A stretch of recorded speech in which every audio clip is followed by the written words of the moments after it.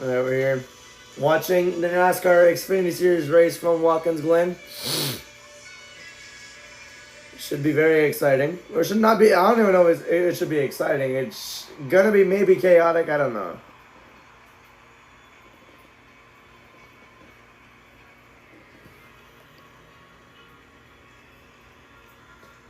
This is a CW from New York, so.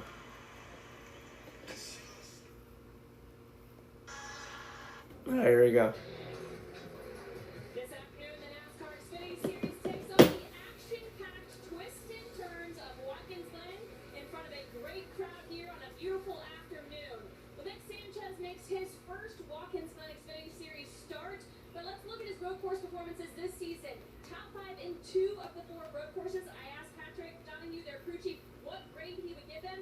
He said an A-. He said they've been solid, but Dylan, he said they still have room to learn and grow. And Kim, it's another great opportunity for Same Hunt Racing to have a really good day today. Castralla is in their second car, and they got off to a good start, qualified inside the top 10, and that's a big hurdle to overcome for this race team. Kaz acknowledged that half the battle at road courses is getting out of the mess of the mid-pack with a clean race car. So job one is done to start. Now he said the goal is just to not lose any spots, get to the final stage inside of the leaders, and then try to race it out for a complete day, Carla. Yeah, what a great story there. And as we get ready to start today's pre-race ceremonies, Golden Corral would like to take a moment to thank our nation's heroes. It is a privilege to serve those who serve. All right, let's go. Please rise as you are able. Remove your hats. And veterans, render a hand salute as the New York State Police Troop E Color Guard presents our nation's colors. Here to offer today's invocation from Elmwood Avenue Baptist Church, Reverend David Fife. Let us pray. Thank you, God, for the great weather you have provided for this year's running of the Mission 200 at the Glen. We ask your blessing upon this race, O Lord, and that each driver, course worker, and crew member will enjoy your hand of protection. Grant us a safe race, and help us to remember that all things, all good things, come from you. In Christ's name we pray. Amen. Amen there. Here to perform the Canadian National Anthem, please welcome local recording artist Anna Hurt. Oh, Canada, our home and native land, true patriot love in all of us command. With glowing hearts we see thee rise, the true north strong and free. From far and wide, oh Canada, we stand on guard for thee. God keep our land glorious and free. Oh Canada, we stand on guard for thee. Oh Canada, we stand on guard for thee. Here to perform the Star Spangled Banner, please welcome from the United States Air Force Heritage Band of America, Staff Sergeant Julia Mishler.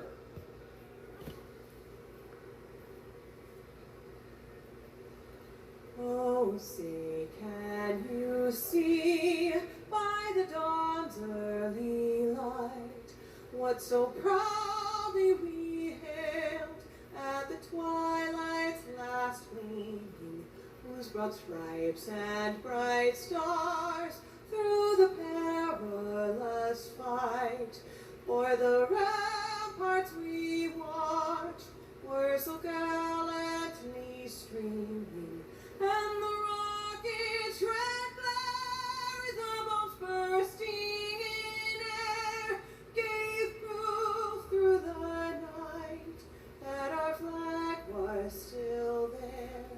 Oh, say does that star-spangled banner yet wave o'er the land of the free and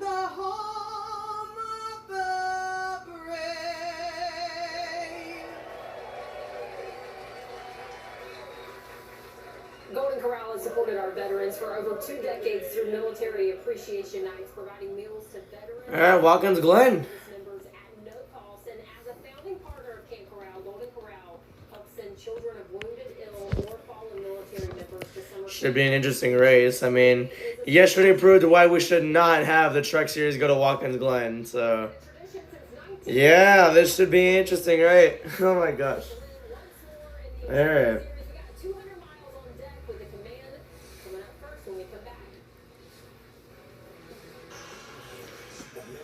Man, baseball's still going. I mean, the Yankees and Astros picking up where they left off yesterday, tied at 2 in the top of the 4th inning this time.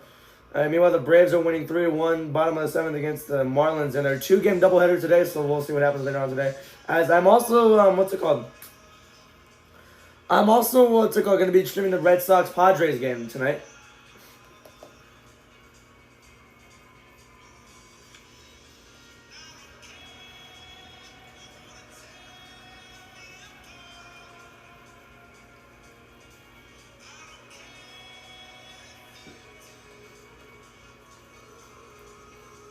I wonder how Shadir Sanders did. Like, people were saying he did good, people were saying he did not. I saw one pass, and I think people are trolling to people saying he did good. I have no idea, honestly.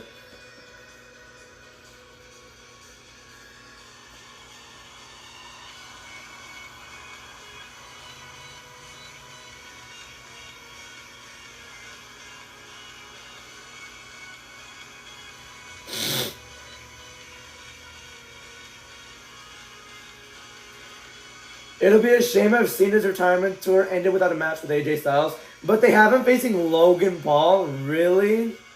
Come on. Logan Paul? Really?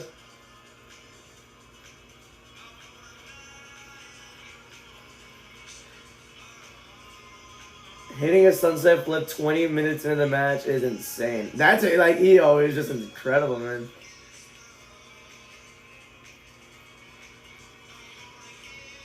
Yo. Grok, explain.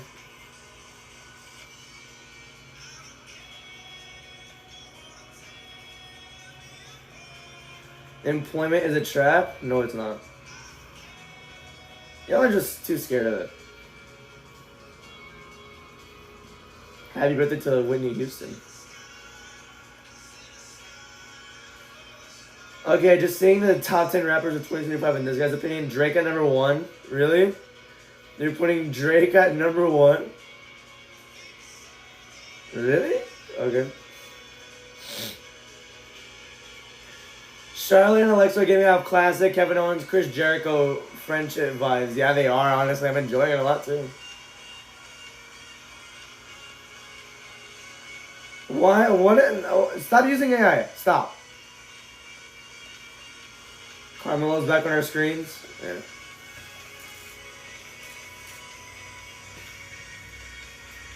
No Damian tonight.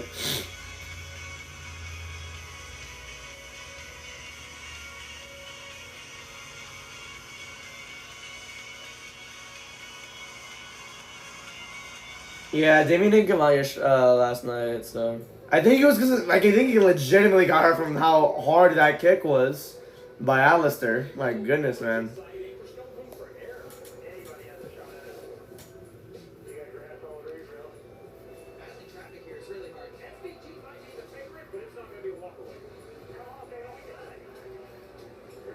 Didn't Zillich win last year?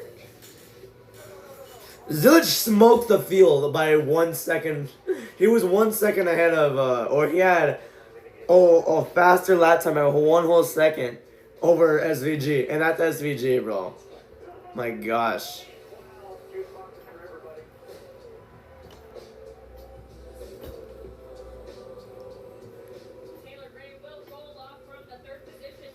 Taylor Gray's center. Taylor Gray's been doing honestly pretty good, so yeah. Taylor Gray gained 59 points to the playoff cutoff in the last 4 races, and now he's in 11th in the playoff standings.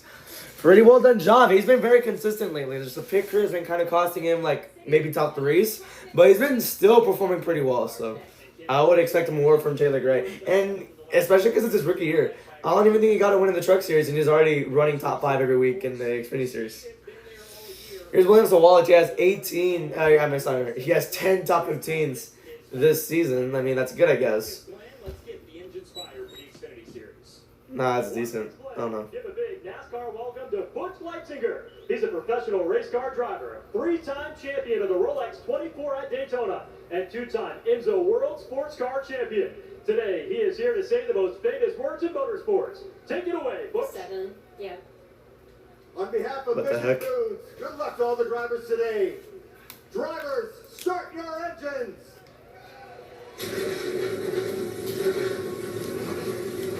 All right, here we go.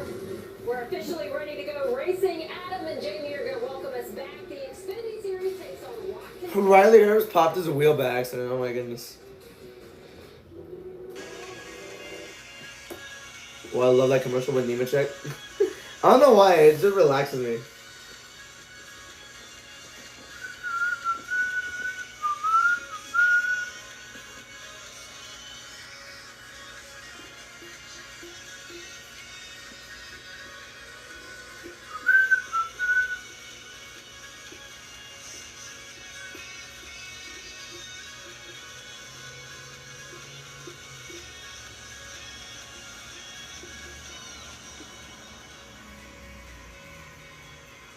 I'm a what? No. I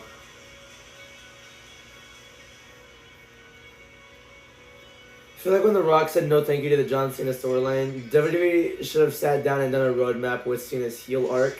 What was the motivation? What does he want? He went between several different motives, and hardly one of them made sense. Yeah, that's so true, honestly. He was just crying about the crowd that entire time. How they were abusive to him. But then, like, on August 1st, he's like, nah, shit, I'm tweaking, my bad. I love you guys. It's just weird, I don't know. Which return had the biggest pop? Which one of these made your screen the loudest? It was for sure Brock's. But which had the biggest pop? Number 3, I'm going to go to Edge. Number 2, Brock Lesnar. Number 1, I'm going to give to Punk. Starts with Anyway, all love it. What's that name? What's that thing we call him? It's on the tip of my tongue. It begins with a G. Give it to him. That's so funny. I don't know.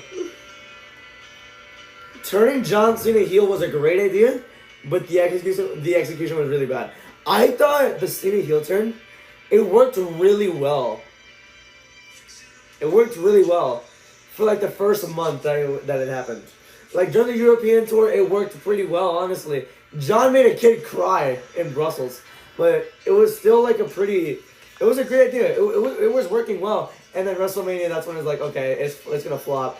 These guys are cheering for Cena. Cena's acting so bipolar. Do I want the crowd or do I not want the crowd? Like at WrestleMania, that's when it just started to fall apart. And at WrestleMania too. Like, he was not going 100% on his matches. Like, the WrestleMania match was horrible. The Randy match and the Punk match was great. They were both great. And Cena was still not doing 100%. He was still doing these heel trolling things. And whatnot. I don't know how to explain it, but he was going very methodically, which did not work at all. Still, those were great matches. And then he turns face, goes 100% with Cody Rhodes. He looks like he's in his prime. That just proves that Cena should have never turned heel. My goodness, bro.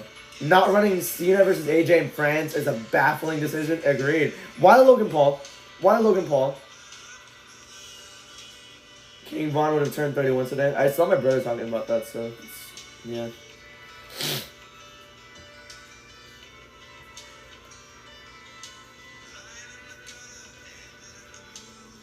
Remember when the UK crowd won Shannon, if you hate Roman, stand up. Roman's reaction was gold. I saw that match, like, I think a year later. It was so funny.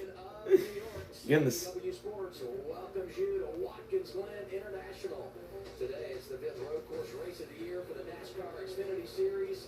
And the 31st... Shoot, I would hate 2 WrestleManias in 1 year. That's just so stupid. WWE, it just shows that they just don't care about the fans anymore, which is just sad to hear. Where's Parker? Is he racing today? I have no idea. So take us through this 7-turn layout of Watkins, Glen. Well, Adam, from an aerial view, it looks like a pretty simple racetrack, but there's a lot of elevation. It's a 2.45-mile track. Only 7 turns, but it's pretty hard to drive in. A lot of speed, and your car's going to slide throughout every corner, especially with heavy braking, especially in the bus stop, too. But otherwise, it's a pretty simple layout. Like, you can easily draw it or something. The bus stop is gonna be it showed in the truck race yesterday that the bus stop was basically the house of death for those truck guys. Now you have a restart zone going into turn 7, which was honestly it's pretty interesting. So yeah.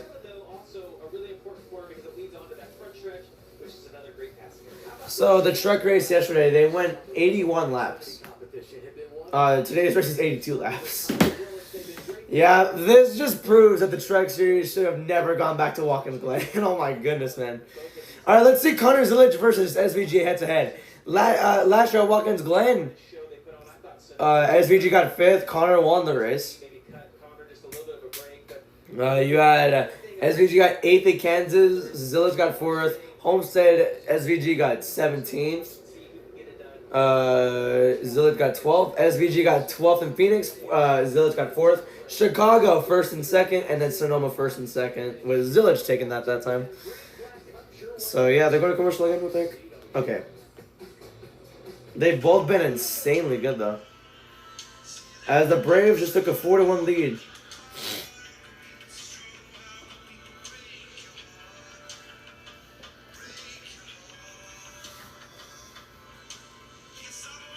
Yeah, today I walked, accompanied by the sea. Oh my goodness, man! These are beautiful images.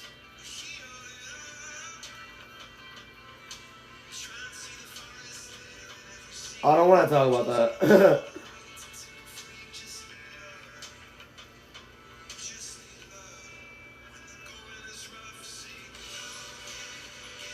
Do American Christians actually believe in any part of Christianity anymore? Here's the thing, they're Americans. Next. Actually, never mind. In the last generation, they probably would have. I should stop talking.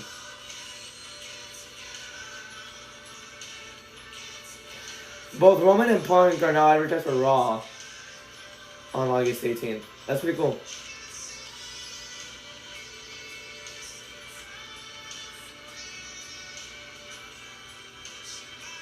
Firefly Funhouse. Wow.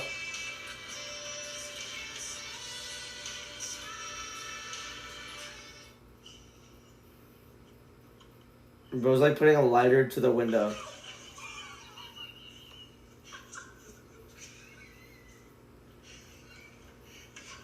He was on the phone. He was on the phone, and then they put a lighter to the window, and it burned his hand. That's funny.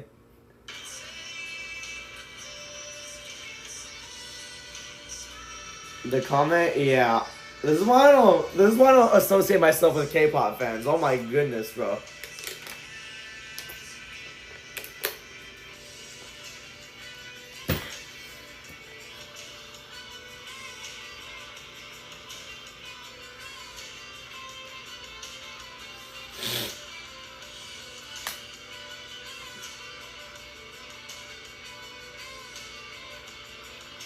Yeah, I'm really pissed off at NFL Twitter right now. Okay, but the Braves just hit a 3-run home run. Oh my goodness, man. 7-1. But last night you had Morris Norris get hurt, which honestly, like, it was very scary. Luckily he's okay now. It's amazing to see him do okay now. But then there's idiots like this saying, are they going to refund the picks? There are numerous parlays about to hit. It's over with nearly a quarter to play. Shut your dumb ass up. Please get help. Please log off Twitter. Please get off social media.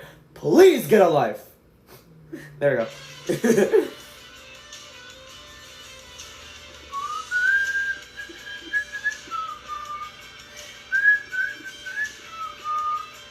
Guy in the black t-shirt came in clutch. Who's gonna fail the backflip?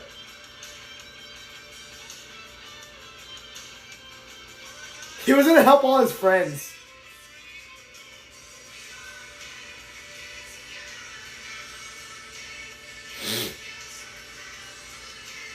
Damn.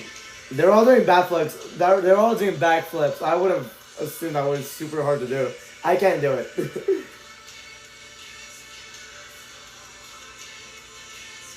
Xfinity is not going back to Darlington, which is something I kind of did not expect. Low-key. I forgot about that. Well, here's the Lucas Oil helicopter, and we're supposed to be going green right now, so what are we doing, guys?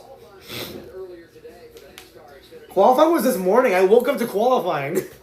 I'm not even kidding. Like, I fell asleep like at 1 last night. I woke up at 9 because my room was freezing. I love that, though. I love that it was freezing because my room has been an oven. I mean, my house has been an oven for 4 days. I haven't been home for 4 days. I've been on the streets. So now, I was just so glad to sleep in my own bed. I was, like, in a bed, first of all. I've been sleeping on the floor. Oh my gosh, I was just so grateful to just have it super cold, have it super comfortable. Oh my goodness, man. I wanted to lay on my bed forever. My gosh, dude. Alright, so let's go for the starting lineup here. The two most dangerous road course drivers are in the front row with Connor Zilic and Shane Van Gisbergen. Taylor Gray will start 3rd, Sam Mayer 4th, William Wallace will start 5th, Sammy Smith will start 6th, Nick Sanchez 7th, Kaz Gralla in 8th, Justin Allgaier in 9th, and Austin Hill runs out your top 10. Sheldon Creed 11th, Michael McDowell, notable name there in 12th, Brandon Jones in 13th, Carson Quapple 14th, Jesse Love in 15th, Riley Hurst in 16th, notable name there. Harrison Burns 17th, Austin Green in 18th, Din Thompson 19th, and Anthony Alfredo runs out your top 20. Daniel Dye 21st, Parker Retzlaff 22nd, Jeb Byrne 23rd, Matt Benedetto 24th, Thomas Nanziata 25th, Stephen Parsons 26th, Josh Walicki 27th, Kyle Segan 28th, Ryan Segan 29th, and Jeremy Clements runs out your top 30. Brennan Poole 31st, Blaine Perkins 32nd, Ryan Ellis 33rd, Preston Part is 34th, Glen Reen, notable name there in 35th, Christian Nick is 36th, Garrett Smithley 37th, and Austin J. Hill, notable name there in 38th. So our 4 notable names. Michael McDowell, he's my long shot pick actually, but he's driving the 11 because Josh Williams got released. So that's interesting there. Riley Herbst is driving the 19 for today, so that's pretty cool. 7th start for Austin Green this season here. His best finish was 7th in Mexico, which honestly was pretty cool to see. This is a part-time effort, and there are pluses and minuses to running part-time. And talking with Austin, one of the challenges is he's going to knock the rust off a little bit compared to everyone else when he gets back behind the wheel because he's not racing every week. On the positive side, though, he did point out that he gets to put a lot more focus on the races he's running. He told me when Sonoma ended, that's when he started prepping for this race here at Watkins Glen. He rolls off from the 18th position. He's in 18th, yeah. Adam mentioned Michael McDowell in the field of the Colleague Racing number 11 car. Talk about getting back used to these cars. It's been 9 years since he's been behind the wheel of one. So a lot to learn. Differences from the Cup car that he mentioned to me this morning that he was concerned about was going to be wheel hop. And part of that is due to the shifting. These Xfinity cars shift differently than the Cup cars. And then the tires are a little different as well. So it changes the handling of these race cars. Michael had some moments in practice where he was still getting acclimated to that wheel hopping situation. So they feel like they got that sorted out a little bit, and he'll be better with the more laps he gets today. But hey, if anybody's going to challenge the 88 and 9, you certainly have to look at the 11 today as one of those guys. And someone else that may be laying in the weeds a little bit, another driver from Junior Motorsports, Sammy Smith, qualified 6th earlier today. All right, man, we ain't going to be the little boy standing at the top of the water slide, overthinking everything. Well, we jump down the damn chute. The water slide. Sammy Smith, yeah. Sammy Smith has been very consistent. 6 top 10s in the last 9 races. That's pretty cool to see there. As we're about to go green here. Yeah, they have the restart zone well before turn 7, so should be interesting to see who's gonna get the initial advantage coming out of that. I think it's gonna be Zilic, low-key.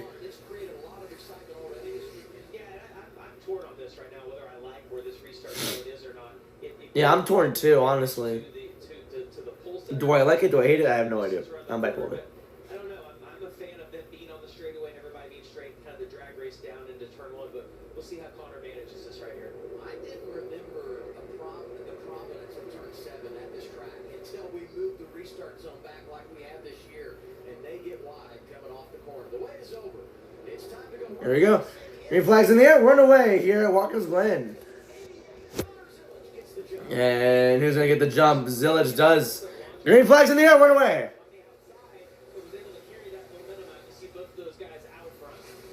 Here they come in the first braking zone. Zilic with the advantage. Mayer to 3rd.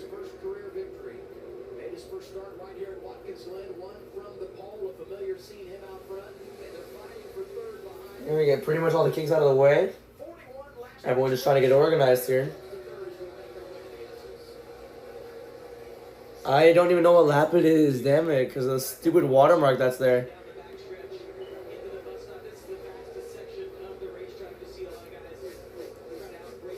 And here's the bus stop right here where a lot of mistakes. That camera is dangerously close to the drivers. Oh my goodness. Where's the bus stop? Everything is smooth sailing for now.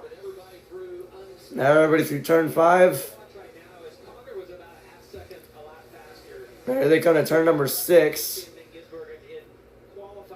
Zilic doing pretty well so far. Zilic, like I said during practice, he ran a whole second faster than Shane Van Gisbergen. Goodness. A whole second faster. I think that's what I said. Where they come off of turn 7. I like this camera. My goodness. Here they come. Lap 1 complete. Here at Watkins Glen.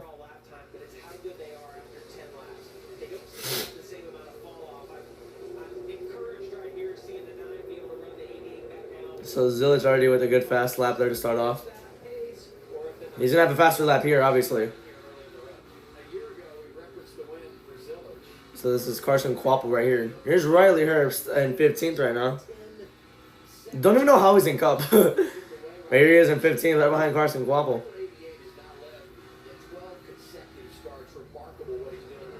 Now through the bus stop for the second time this race. So far, so good. So Wallace hung on to 5th, which honestly I'm a little bit surprised by. So the first 2 cars are JRM cars. Third guy is Sam Mayer, the winner last week in Iowa, by the way. He's a Haas factory car, and then you have the 2 Gibbs cars running out your top 5.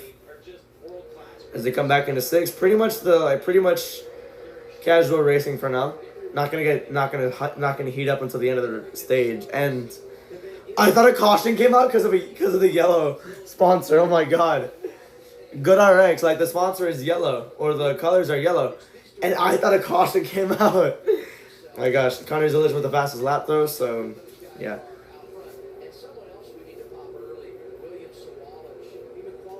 William Sawalich. He's honestly been doing pretty well on the road courses. Got 3rd at Sonoma. So he's doing pretty well.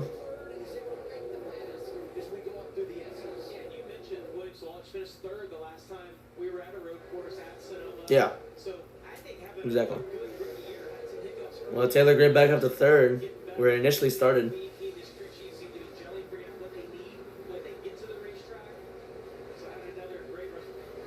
Doing pretty well. Here's Allgaier behind Nick Sanchez in 9th right now. You have Austin Hill in 10th as well. So everybody's doing pretty well so far.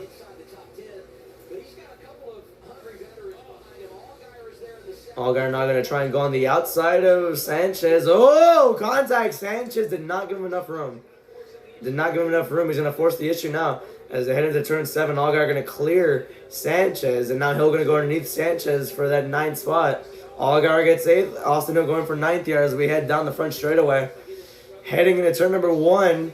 Still side by side. Sanchez got a little bit of a run. But do they come into turn 1? Will Austin Hill take advantage on the bottom? Almost does. Sanchez holds his ground on the outside. Got ran wide though, so Austin Hill clears him. Alright. That's that right there. Here's Garrett. Oh, Garrett Smithley with an issue, it looks like. Oh, I see smoke, yeah.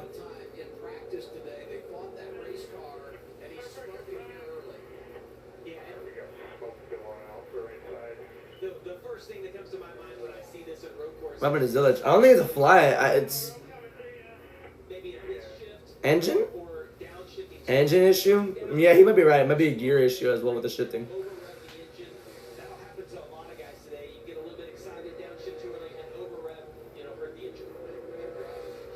Engine issues early for Garrett Smithley, isn't it?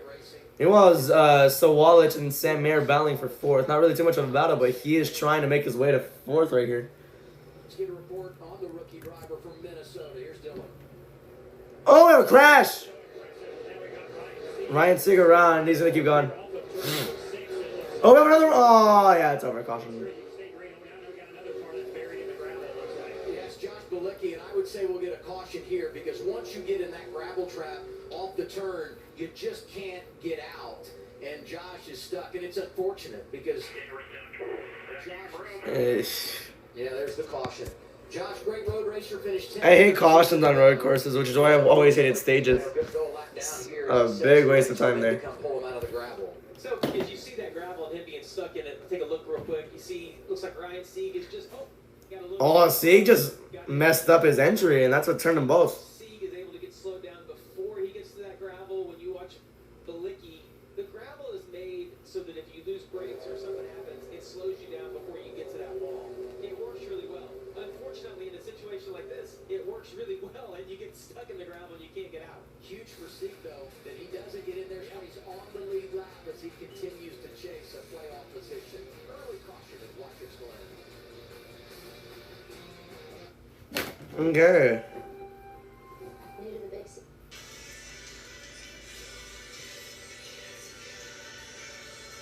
Yeah, that's another movie.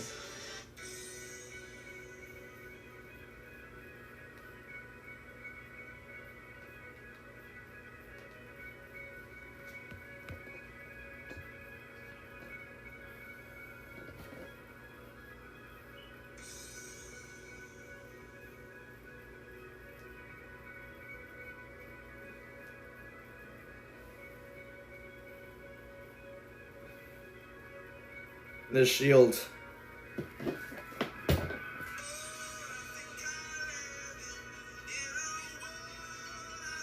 Stinky. Alright, let's see. Truck Barn. Leighton Jennings. Alright, let's fall in.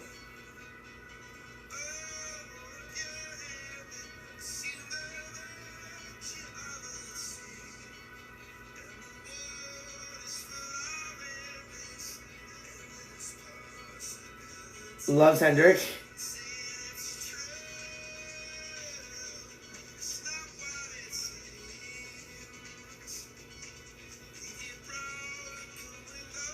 Gay for you. I'm gonna fall out, right?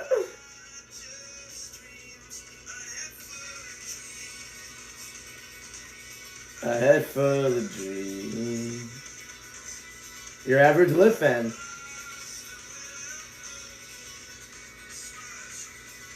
Oh, you're saying age or not? I'm so disappointed for real. Corey Graves will be the lead announcer for AAA or Triple Mania. Yeah, AAA Triple Mania. Triple Mania 33 on August 16. Bronze won 30-10. Nice.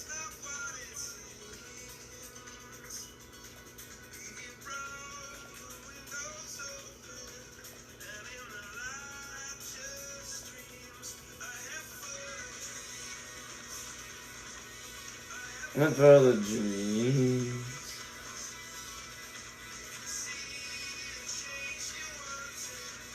Shane Van goes bowling. Oh yeah, that was in practice. Never mind. I'm like, when did that happen?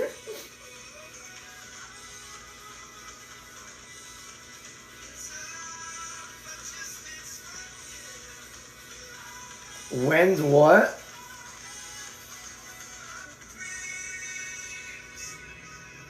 Mr. Negative is not the villain in Spider-Man Brand New Day. The villain is someone we have not heard to be part of the film yet.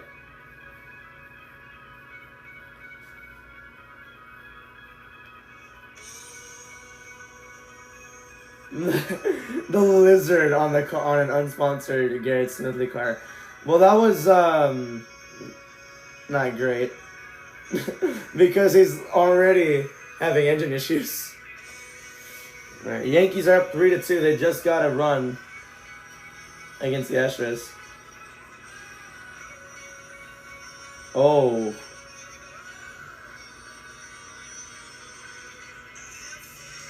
All right. NASCAR Xfinity Series is brought to you by Progressive. Save when you bundle home, auto, and motorcycle insurance. Visit Progressive.com. Toyota, let's go places. And by Golden Corral. Golden Corral honors our nation's hero. I don't even know what lap it is because of the watermark. 2023, 2025, the NASCAR Xfinity Series brings us to Watkins, Glen, New York. Caution comes out 5 laps in. Ryan Sieg, Josh Balicki get together running outside. All right. So I'm gonna take another look at it. It looked like in the initial replay that C just messed up the corner. Yeah, I messed up his entry and then slid into the 91, turned them both around. Ryan C was able to get back in the race, but Bilicki got stuck, which is unfortunate for him there. The corner that sticks out to me that we would see it the most, turn one, typically is where you see the most go off because of it being a downhill angle.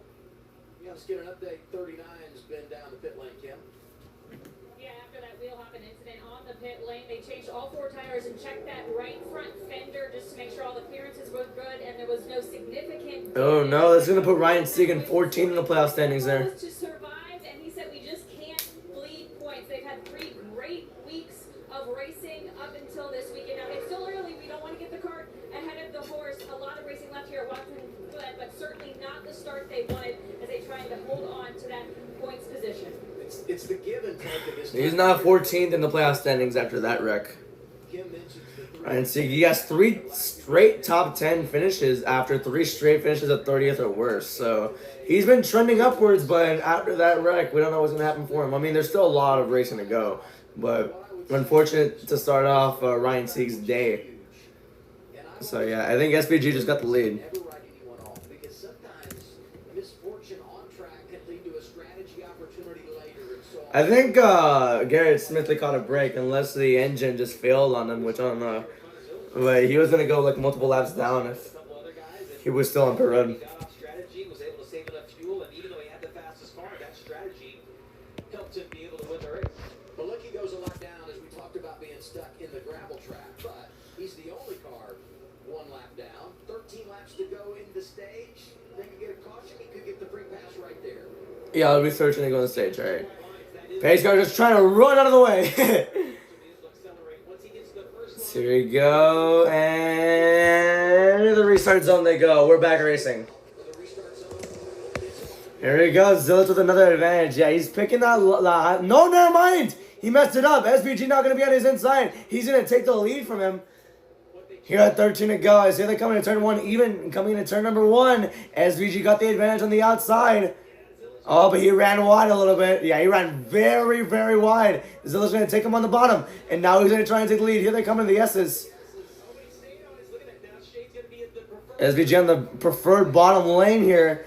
But Zilla's still with the run. As they're now going to head down the straightaway to the bus stop. Sawalic's now going to go for second place. Oh boy, side by side in the bus stop is hell for you. SVG was able to tuck behind the 18, but the 88 clears him. As now he's going to try and run away here. Are we smooth through the bus stop? Absolutely. So here they come off turn 5 now. Zilla's going to run away with the lead coming into turn 6. Alright, how about that? We had a good restart.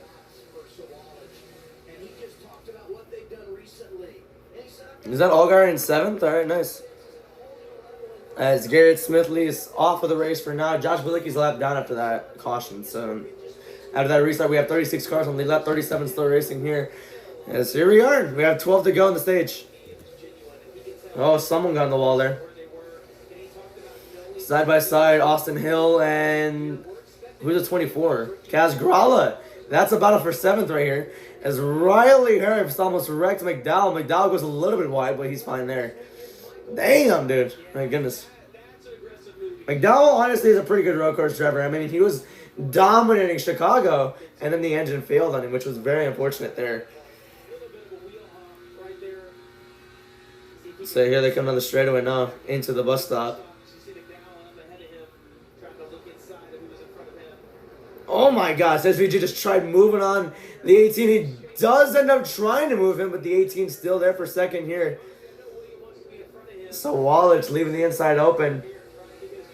But he's still going to get a better run off of 4. Actually, sorry, off 5. And now here they come into 6. SVG with the preferred line. He'll take second away. It's been a good battle there, but I think SVG just cleared himself to a good enough gap as we head to double digits in this race. So Wallace has been running pretty well.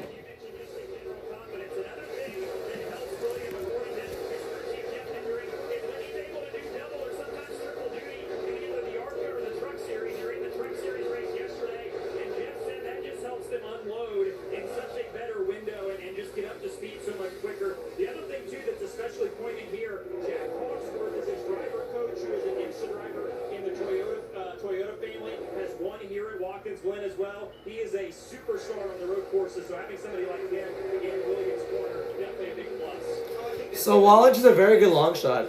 These in these road courses. Now we're on lap 10.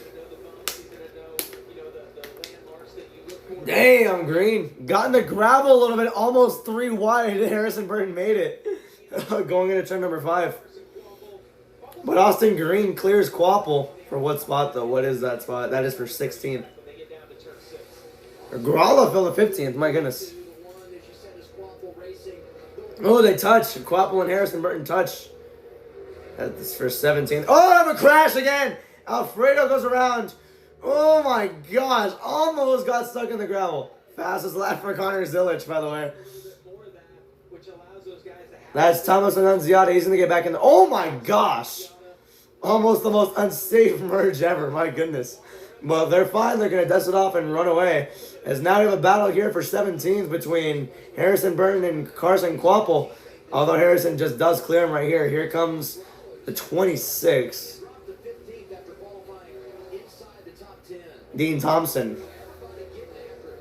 I figured out the name by myself. Yeah, I don't know. Annunziata probably locked the brakes and got into the 42. That's what I saw. I didn't really get a clear enough replay of it. Now everybody's back in the bus stop here. Kicking up a lot of dust here as well. What the heck was that? Zilic doing well. He's keeping the lead so far. As he has a gap between himself and SVG. And SVG has a gap between himself and William Sawalich. So now the race is going to get calm again. So, yeah, pretty cool.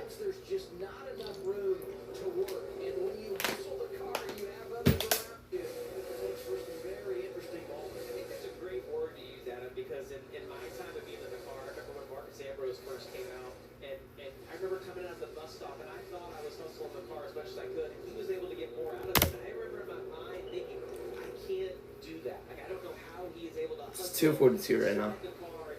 And we're barely 12 laps in. They make these races start so late, like honestly. They made the truck race start like 27 minutes after the ceremonies, or after when it was initially scheduled to start. This race started like 30 minutes after. So yeah.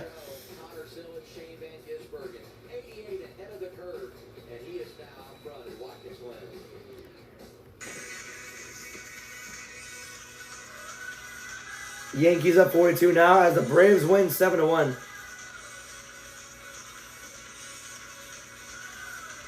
Is there even a chance we get Cena versus AJ? I don't know, man. I'm being so hopeful right now. We do.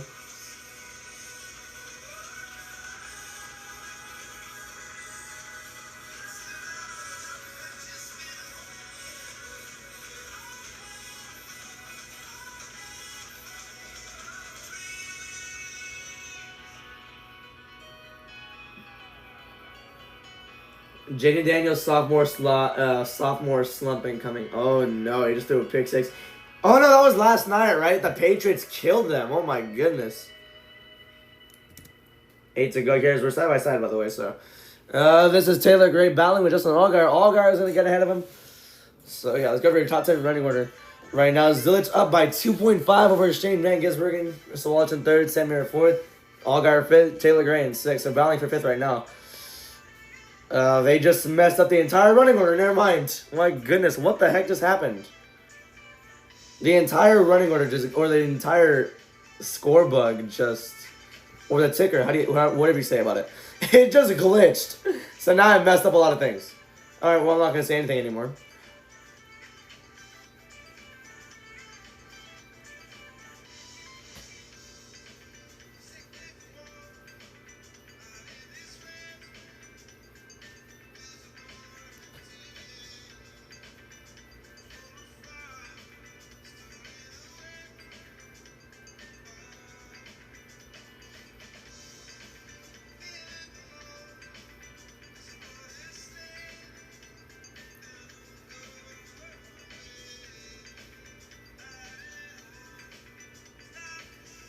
A 7 to go here.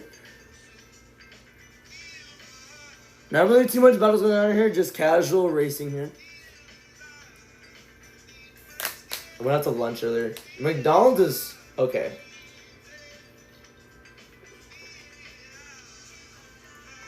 Well, I didn't have breakfast.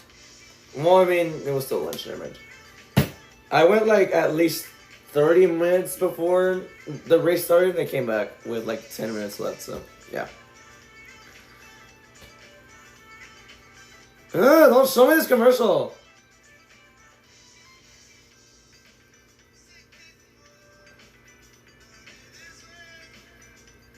Is this the same Lindsay Lohan commercial?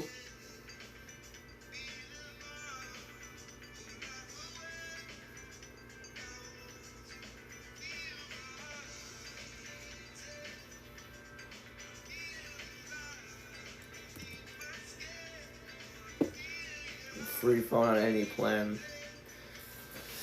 Ugh.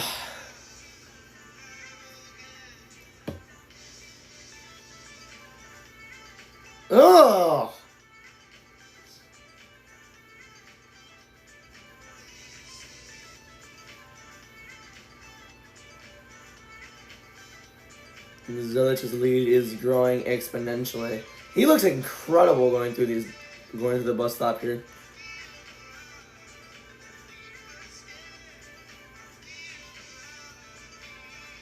Alright, we're back. This Tuesday on NXT, the irresistible force, Nia Jax. This is really how I found out Nia Jax is on NXT. Notice how they're only showing the women. Because that's the only thing carrying NXT right now. I don't know. I don't watch NXT anymore. I should though. I don't know. I'm not paying. I'm gonna get a VPN starting next year. So, yeah. Because if I want to cover WWE, I need a VPN at this point. Because I am okay. So first of all, you gotta pay for. Okay. So there's SmackDown on US. Okay, I'm just gonna run through every show. Okay, Monday. Raw and Netflix, that's a monthly Netflix payment right here. Tuesday, CW, I have to run this website, which is not even high quality, high definition, no. So also for the Xfinity series, I have to run this, well, I'm going to still have to run this website, but for NXT, I use this website, and it's not even high quality.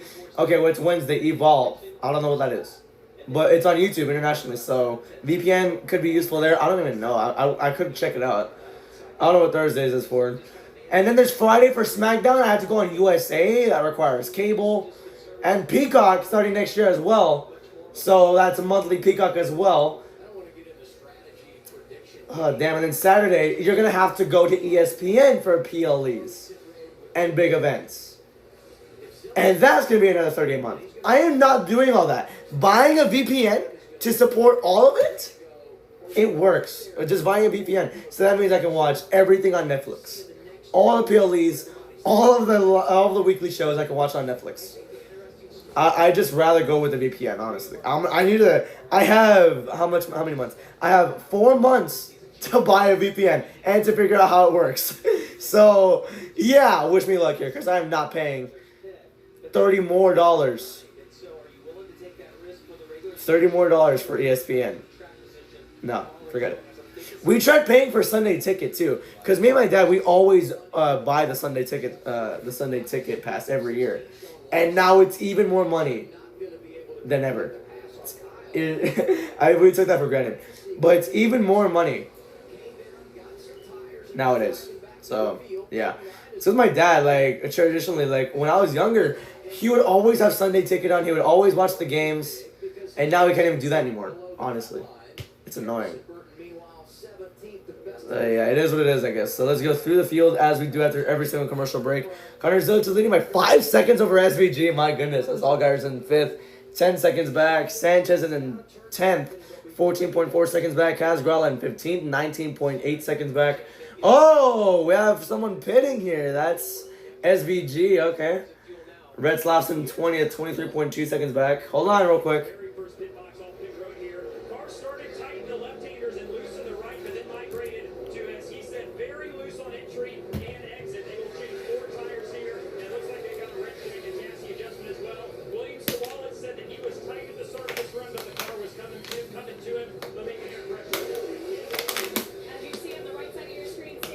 Sam Mayer down the road now.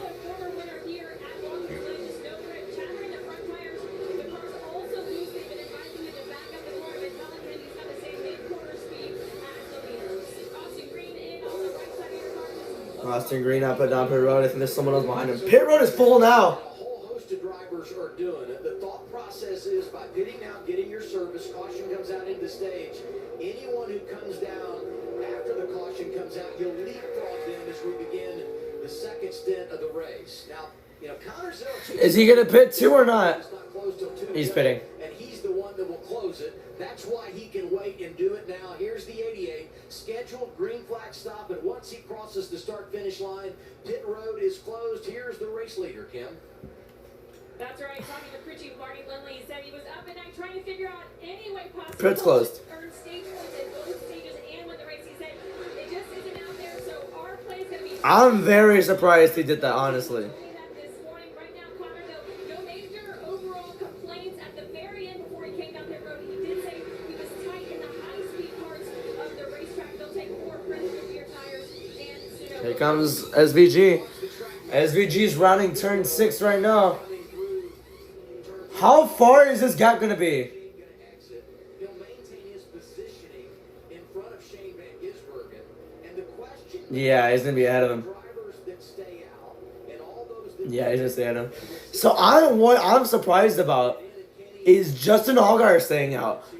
Or is Connor Zillage pitting? Because he's running for regular season champion. But your regular season leader is right there in second. I honestly would have taken all the points I got. It would have been a very big gamble, but I would have taken all the points I would have gotten. A playoff points, I mean, you don't really need that. You already have 5 wins. But, low-key, I don't know. I would have taken the extra points for the regular season championship league. Final lap of stage 1.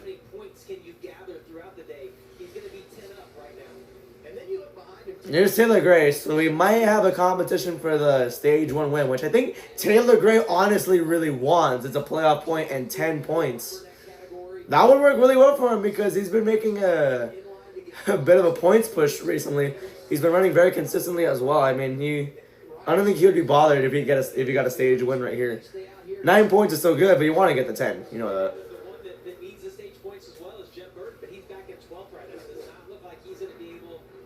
Oh, Gray's there. He's there. Oh, is he going to move him? No, he's not. He's going to think about it, but he didn't get there yet as they come into turn 6 now. Oh, man, he got wide. He's able to save the car, though. After the cycle of pit stops, here we are to turn 6. Sometimes when you run it long, you cruise to the green and white checkered. Oh, man. Taylor Gray went really wide, just trying to get the spot right here. So here they come off of 7. And that's going to be Allgaier winning stage 1. And back to the start-finish line. It's going to be Justin Allgaier who gets his And Allgaier wins stage 1. stage victory of 2000. It took a while, but... That leads all drivers. Gray comes home second, gets a lot of points. Creed gets 8 in third. Sanchez and Love complete the top 5. Harrison Burton 6 gets 5 stage points, and he can use them, no doubt about it. 1 stage down, and Watkins, Glen, and the reigning My hair is so long. the man that's out front in the 7 car for JRM.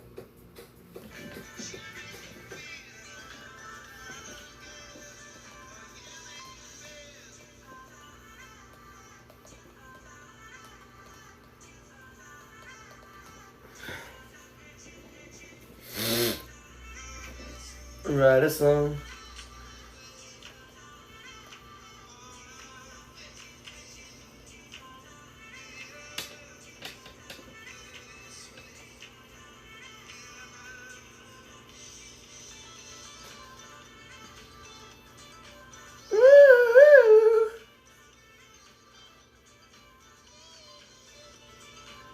I think I have the water. I'm a little bit dehydrated right now. Woo! I want to really see the studio for Tom Grassi. And though we're alright. Business now. I know the lyrics are for the demo. Ooh, the day is. I'll be back.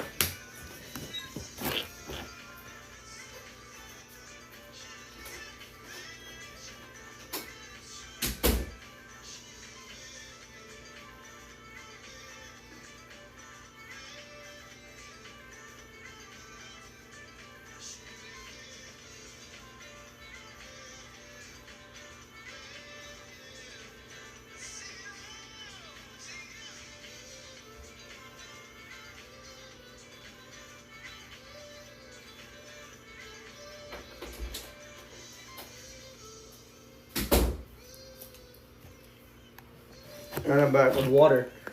Ugh, I'm very dehydrated right now. I don't know why.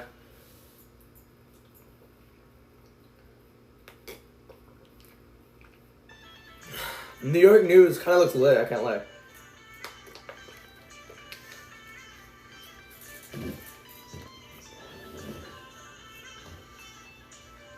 Alright. JJ McCarthy back. Yeah, it's gonna happen actually in 3 minutes.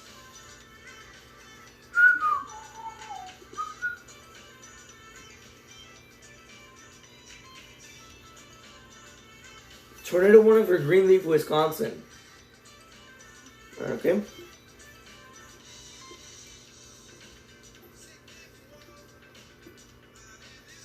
Y'all's editing skills go crazy. Yeah, that's what Liv Morgan said.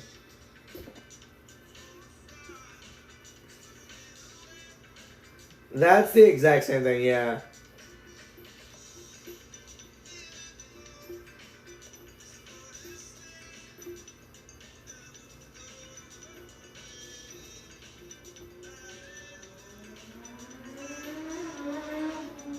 Damn.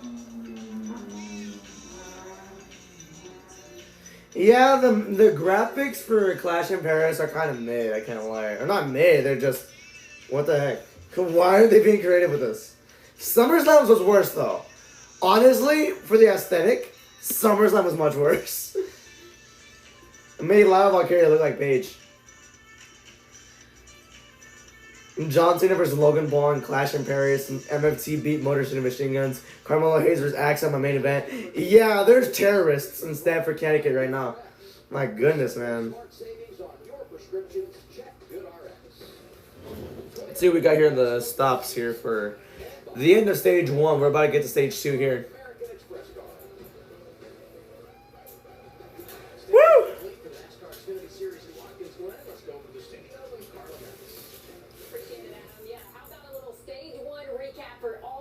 That we saw. A couple cautions brought out, but let's get to the start of this race. We have Connor Zillage and SVT, of course, leading the field of green. Connor Zillage getting the advantage here very early on in the race, and then just 4 laps in, we have a little bit of a wheel hop here with Josh Balicki and Ryan C. That's going to bring out that caution. They're still able to continue on in the race, though. Again, a big battle here between the 9 and the 88. Zillage able to keep the lead, and that's been the case a lot through stage 1. Anthony Alfredo also coming in here in another wheel hop that we saw here from Thomas and Nunciato, both of those cars taken out here. But then, of course, toward the end of this one, a lot of the big players flipping the stage. So we have Taylor Gray trying to get the advantage over Justin Allgaier, but it's the 7th that gets the stage win. As Adam said early in, that is the 8th stage victory for the number 7, Adam. Yeah, I mean, Justin Allgaier just finds a way, and a nice playoff point there helps this. Okay. Points will help when you look at the regular season chase. What's helping me is that I can barely see what lap we're on. The watermark is covering almost all of it, but I can barely see what lap we're on. We're on at 22. So, yeah. Here you go. So, everyone who didn't pit yet, they're pitting now.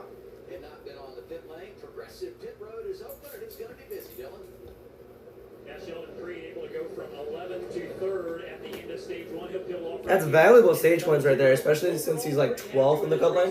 Only request was just for a little bit more drive off the corner. They've been really pleased overall with the balance all day today, Coach Cam. Justin Allgaier actually debated on whether or not to leave him out. Jim Coleman said, "You think you can hang on?" Ultimately deciding to bring him down. He said he needed help with forward drive, just a little tight through the apex as they put 4 fresh figure tires on.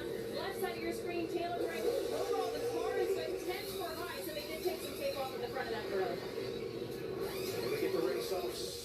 Progressive pit road, and this is going to be big when you talk about the Allgaier wins the race up the road. Harrison Burton gets 4 spots there. And there's Creed, Sanchez, there's Thompson. Jesse Love down to 6. DeBenedetto up to 7. Taylor Gray down to 8th. Wow. Jim Burton up to 9th, and then there's Ryan Sieg down 1 spot in 10th. When we come back in a moment. First, though, we look at what fuels Nick Sanchez, brought to you by our friends at Sunoco. All right. Every weekend's an opportunity to win. opportunity to learn, and I just love the act of racing. So for me, the challenge is going to a place I've never seen before and trying to execute it. That's pretty fun in a race car.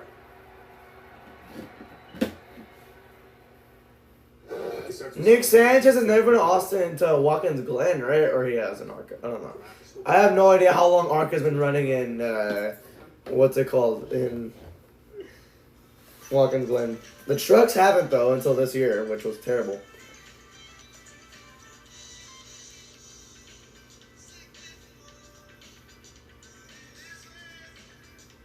Y'all can disagree with me if you want, but I think Sami Zayn needs a character change soon. I agree.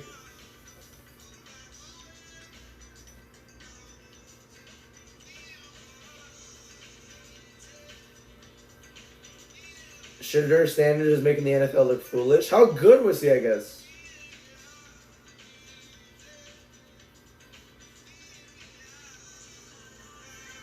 So they had a great performance, apparently. I don't know.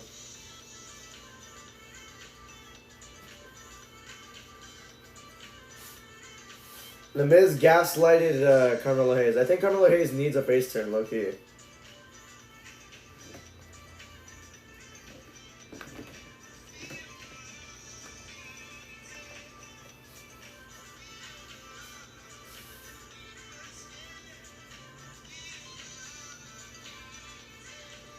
What happened to Peterbot?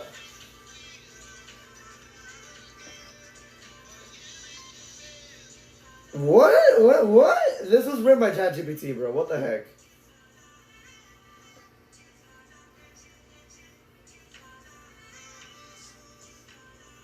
A thread on Big Jim's solo career. Never mind.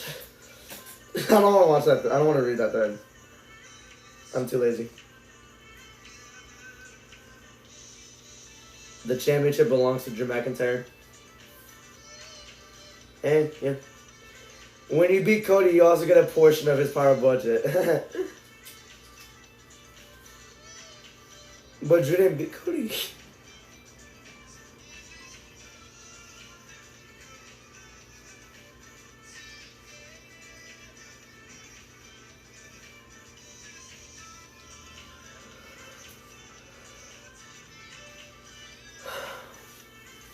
You people need to appreciate Drew McIntyre more. I agree.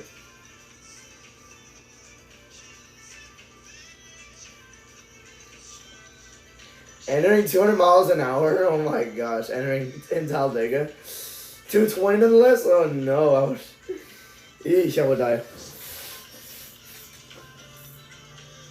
Both CM Punk and John Cena hit a code red this year. Yeah.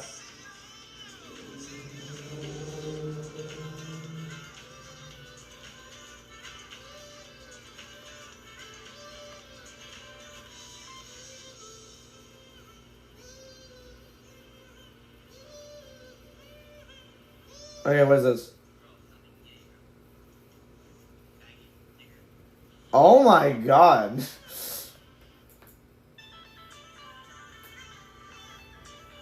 Okay. He just said it. Just to say it. He just said it, I don't know. But that was dumb. Alright, here we go. CW Sports coverage of the NASCAR Xfinity Series is brought to you by Blue Chew. Skip the pit stops. Getting ready for stage 2, NASCAR Xfinity Series at Watkins, Glen. For Jamie McMurray, I'm Adam Alexander. Everything is cycled through on the start. All right, here we go. So we look at our Mobile One Victory Lane leaderboard. Zilich back out front. Sawalich, Van Gisberg, and Mayer. Austin Hill, the top 5. Where's the choose at? 21st to find Taylor Gray. Now, some of them lost in track position just because they stayed out, ran it long in the stage, but they actually lost 6 spots on pit road. Look like they stalled the engine pulling away, Jamie. Yeah, and as you watch, they drop the jet here. He's got to make a hard left turn to not hit the car in front of him, but he stalls the car here. And it's a really tall first gear, so if you've ever driven a standard transmission and tried to take off in second gear, that's kind of the sensation that you have. All right, here we go. You got to really get the engine revved up. You want to get those rear tires spinning. It looks like it just stalled. So Zilich and Sawalich are gonna be the two. Too fast exiting. Riley Herbst in the 1931 team. Blaine Perkins over the wall too soon. Free pass here. Second caution of the day goes to Leaders. All right. Justin Allgaier wins the stage, gets his pit work, gonna restart 14. All right, here we go. Pace car pulls off, and here we go.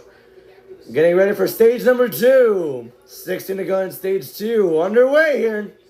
Oh, so Wallace got a better restart. So Wallace got a better restart. Green flag waves.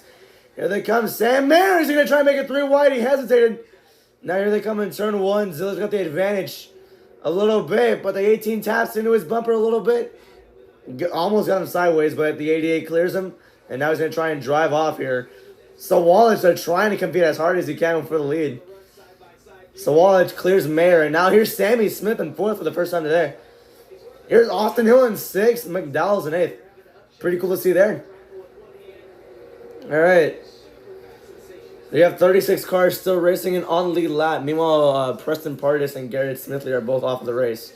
And are we going to go smoothly through the bus stop? I doubt it. Oh. How did nobody spin there? That was chaotic. Oh, my goodness. How did nobody spin there? I am very surprised. All right, well, they got through cleanly, and now here they come in at turn number 6. Pretty much fanning out. Everyone fanning out, trying to get organized here.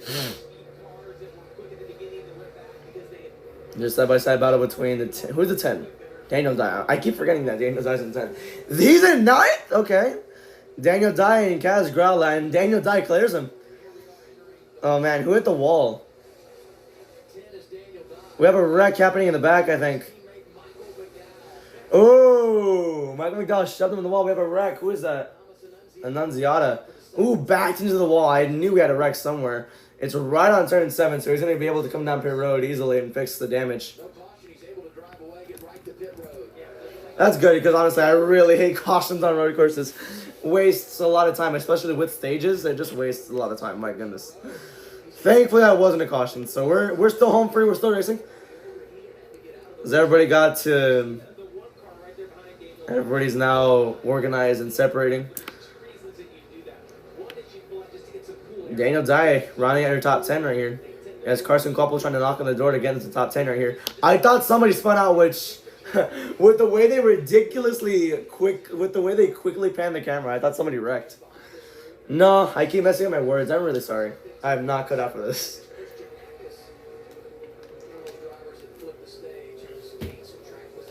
Christian Eckes, where's he at?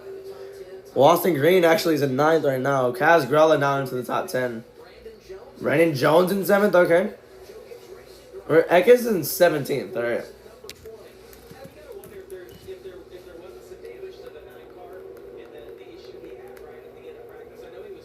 Oh man, 3 wide. What happened to Allgaier? Allgaier went way wide.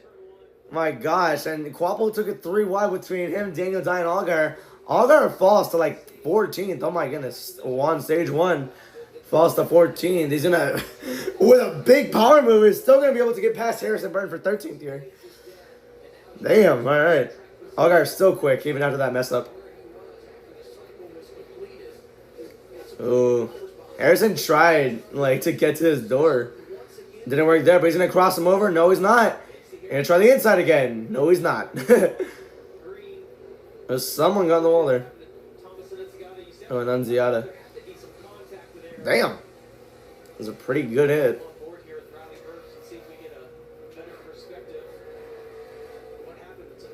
You got turned. I still don't know. There's not a definitive answer for it. What up in here? Okay. So Allgaier is just sending it on the outside, and then, yeah, he clips the 10, and he just messes up the entry. That just helps the one of Quapple capitalize and get himself a top 10 spot here.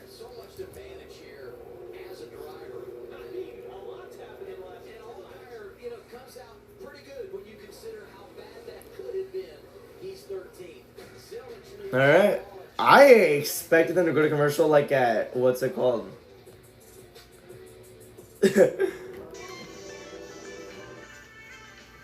like halfway through the stage. The Nationals game just started. Now they're already up 1-0. All right.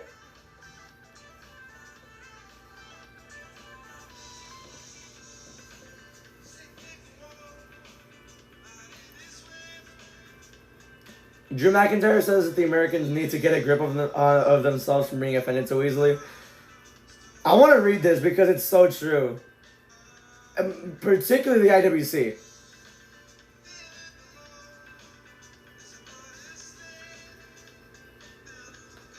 I'm from the UK. Much like Australia, we've got a silly sense of humor. People get offended so easily in America. I run my mouth nonstop, and everyone over here is like, "Oh my god, like you're so offensive." And the way I talk to my friends are like, "Are you guys actually friends the way you talk to each other?" I'm like, "Shut up, mate. Get a grip of yourself." Yeah, honestly.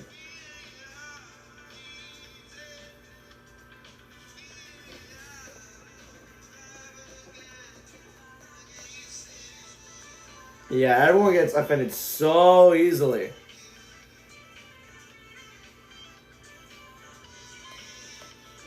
Right.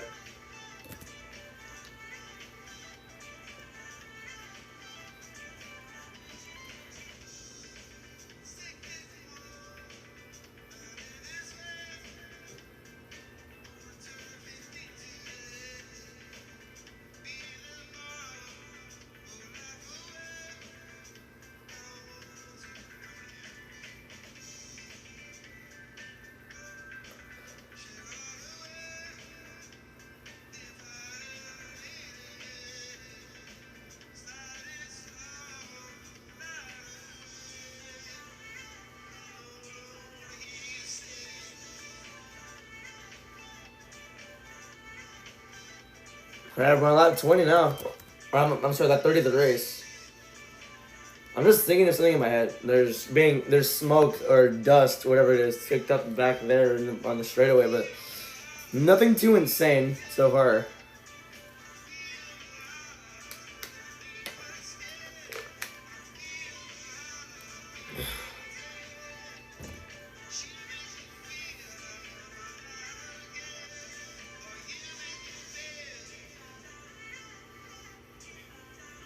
How many laps are going to be in the final stage? Like 42.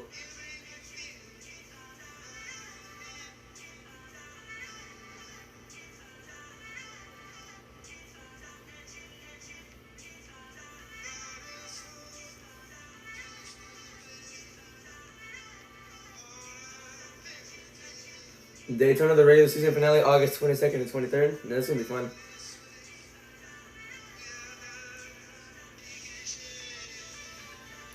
Time to go on the stage here. Zillage is still just cooking everybody now. Woo! I love the Daytona night race. It's always produced bangers.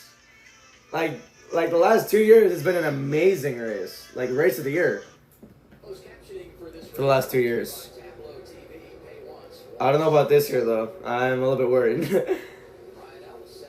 Carrying the tableau colors this weekend, Watkins, Glen. And a good partner for him. Here doing the radio spots. Great for the driver out of Virginia. 3.8. Okay, let's go through the field as we do after every commercial break. This is the first one under green, so yeah, let's go over here. Connor Zillage is leading by 3.8 seconds over Williams and Wallace. Which, yeah, Austin Hill's in 5th, 6.8 seconds back. Sheldon Creed's in 10th, 11.7 seconds back. Harrison Burton in 15th, 15.5 seconds back. And there's Dean Thompson running at your top 20. 21 seconds back. I'll update you when it cycles through.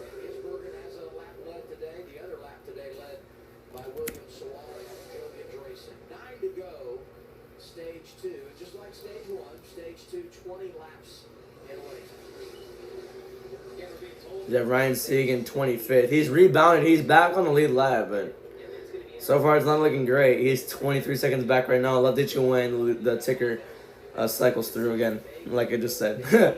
All right, well.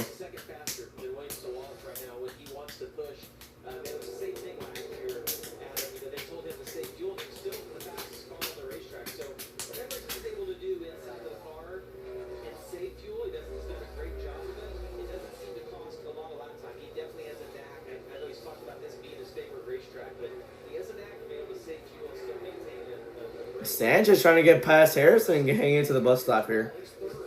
That's for 14th.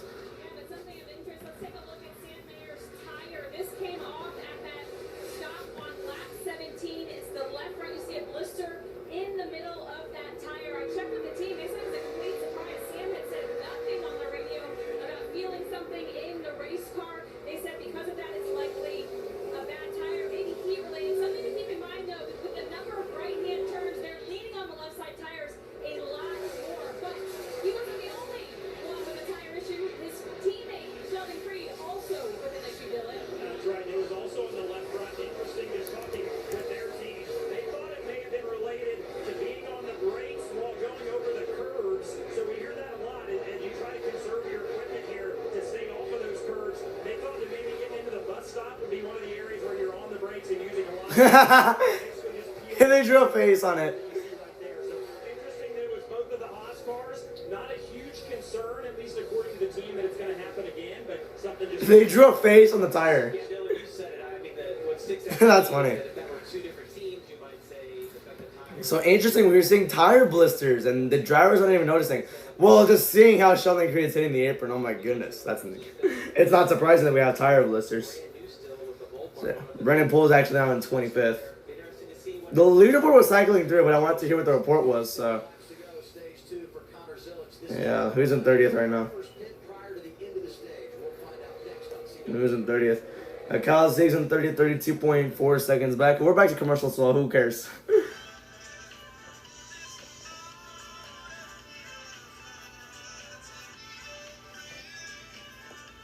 The anime community might have the worst PR ever. Very surprised.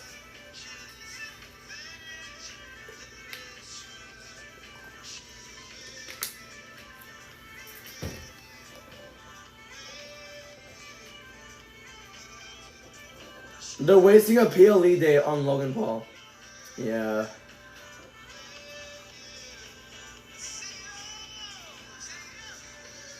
The scorebook is still the same? Alright. Yeah, where do you play Cena versus AJ nowadays? Oh, wait. Yeah, we're side by side. Never mind.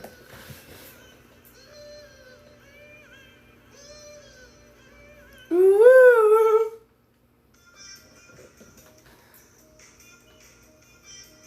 Damn. They don't try hard to keep a spot. Battling with the 8. I mean, with the 1 for 8th.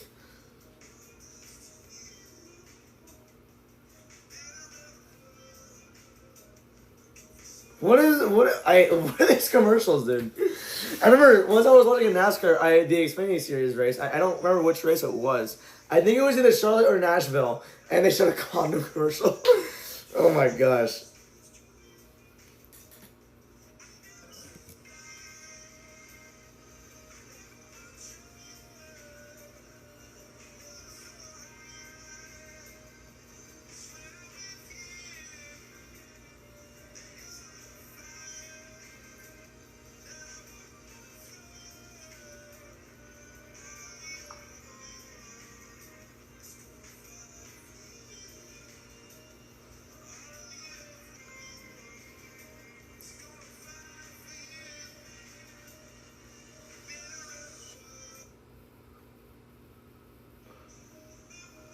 I hate that synth. It makes me hate the song more.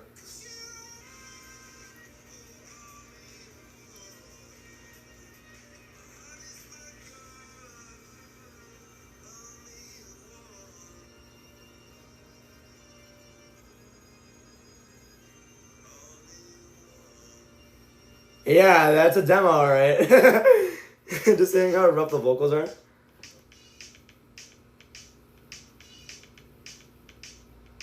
Damn, Taylor Gray shoved the 48 up the track right there. I don't even think Taylor Gray's in the top 10. He's not, I don't think. He's gonna get past the 48 though. I think he's right there in 11th. I don't know. Who's in front of him? It looks like Harrison, so I'm pretty sure this is a top 15 spot.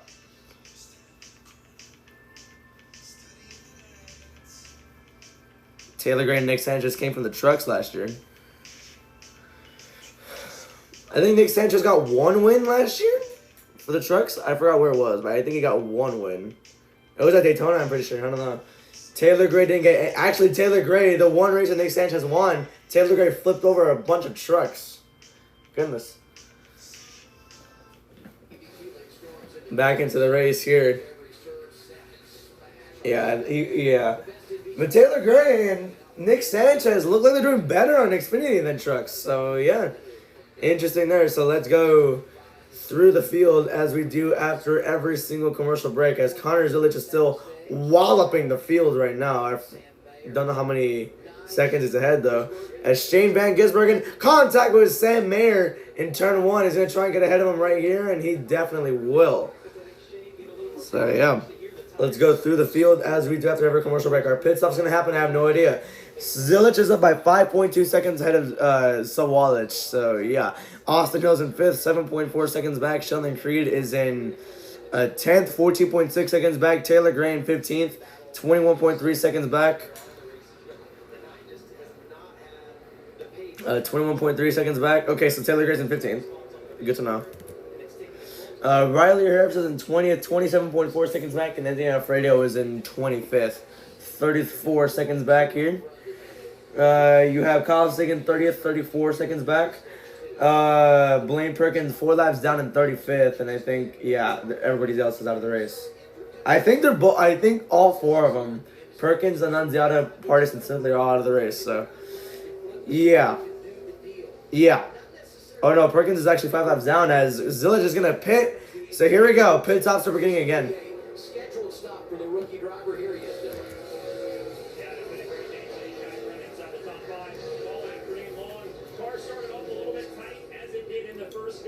I'm sorry, so Wallace is not pit road. I don't know why I said Zilich. I'm sorry. Brandon Jones also making a stop. His teammate. Taylor Gray down pit road too. All the Gibbs cars came down pit road. Taylor Gray also getting service here. 3 laps to go, stage 2, Kim. Yeah, they can't make it to the end of the race, so maybe shortening up a possible final pit stop in the final stage. But for Taylor Gray, remember he had that issue on the last stop where he kind of stalled it, lost a ton of track position, and that car has not been good in traffic. But he said, I can't go anywhere, so also giving a little bit of balance for Taylor Gray in this stop. Making a pit stop here under green as we hit the latter stages of stage 2. You know, a lot of times it's either or. Either flip the stage or just run it all the way to the end. I think Daniel Dye has a tire down. He does. Looks like there's been contact with both those tires. Look like it looks like he's been in. I think he's gonna shred to pieces. Is it? It's gonna leave shit all over the track. Oh no. Can he nurse it to pit road? Is a question.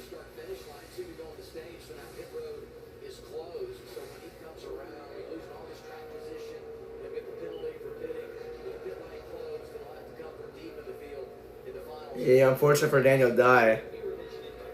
Is Zilich pitting this time or not? In the Xfinity series, but we're going to have a few different ways of staying out or caution. How you play the rest of this? Why they would just do right sides only? They're going to get penalized. I would just I'll put all 4 if they're getting penalized. Take it in one lump. But anyway, I think it's going to be fun to watch kind of how this plays out. Hopefully, at some point, we can see Connor have to get back in traffic and watch him try to. I think it's just 2 to go now. I think Zilich is just going to stay out. We just can't say it enough. It's just on another level from everybody. Zilich is just walloping the field right now. My gosh, dude. You either flip the stage or you come when the stage ends. Today, you actually can stay out at the end of the stage and then run it into your window in that final stage. As Kim talked about, that is certainly an option as Zilich comes back 1 to go, stage 2. And the reason you can do that here is because tires don't make as big a difference as you see in some of the other tracks that we go to. If you have 2 or 3 seconds of fall off during the course of the run, you have to pit because the people that have tires and they have behind you will be able to drive right by you. These tires, though, fire back off. There doesn't seem to be a tremendous amount of So I think we're going to be on the final lap now.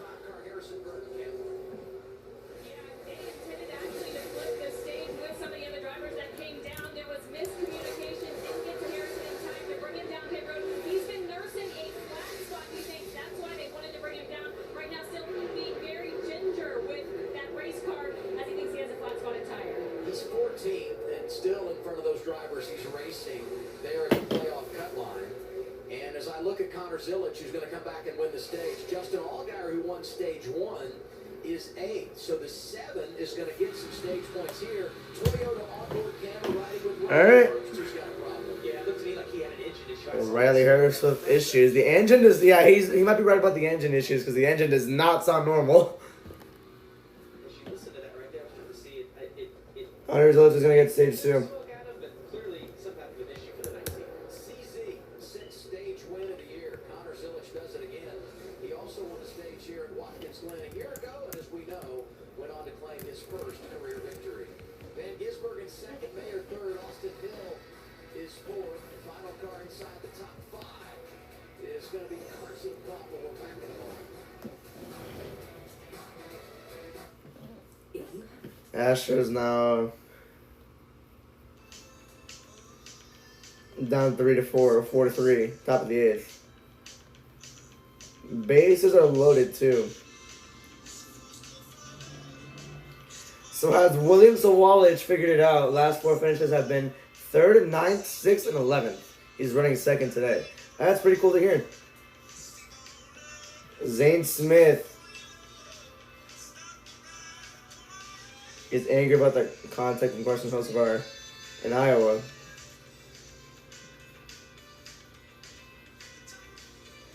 Drew McIntyre calls out all the talent who listen to Twitter telling them how good they are whilst not being on the shows out there instead of asking veterans for advice.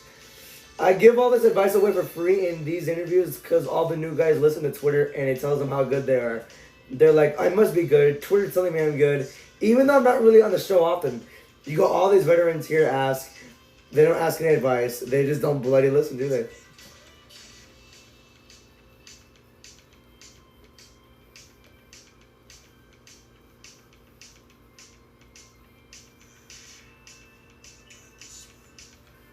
Just you and can see you have nothing. But you are, oh, they tied it up. Ah, but it's over.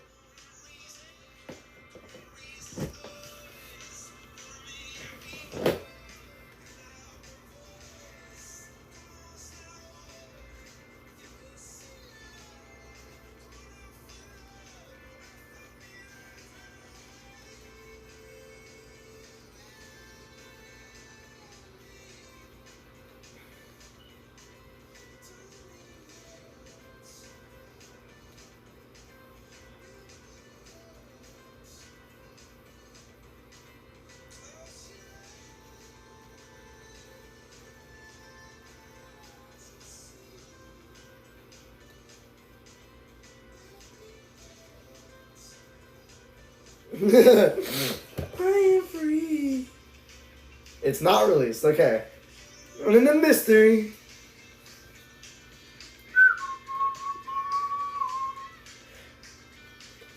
Mystery.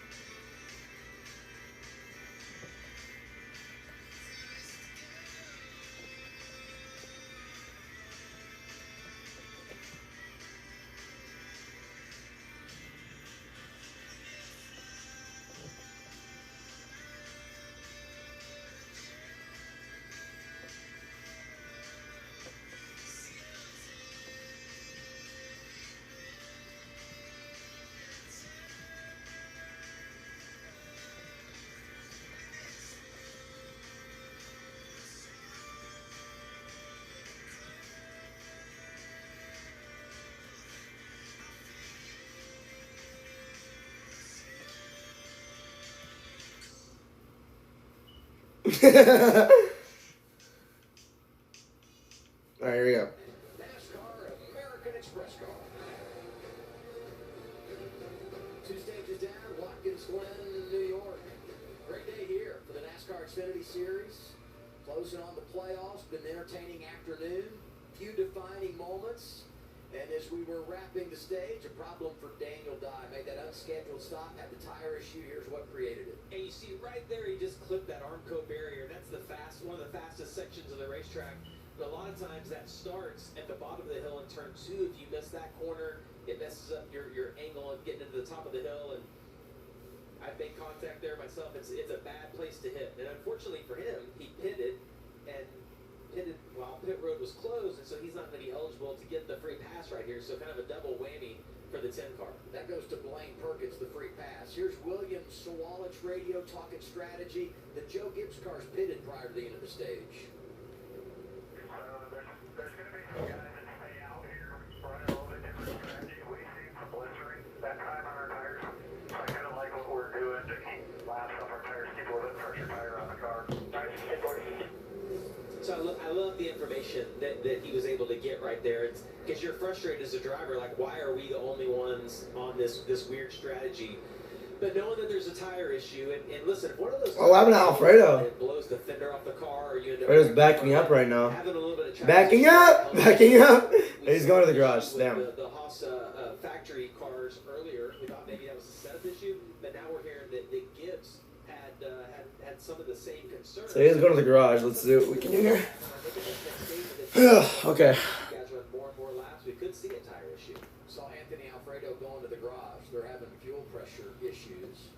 And also Thomas Annunziata had spun, hit the wall. He was taken to the infield care center, evaluated and released. And Riley Herbst having a problem as well. We saw him stop on pit road, got out of the car, engine issue there. He's done for the day.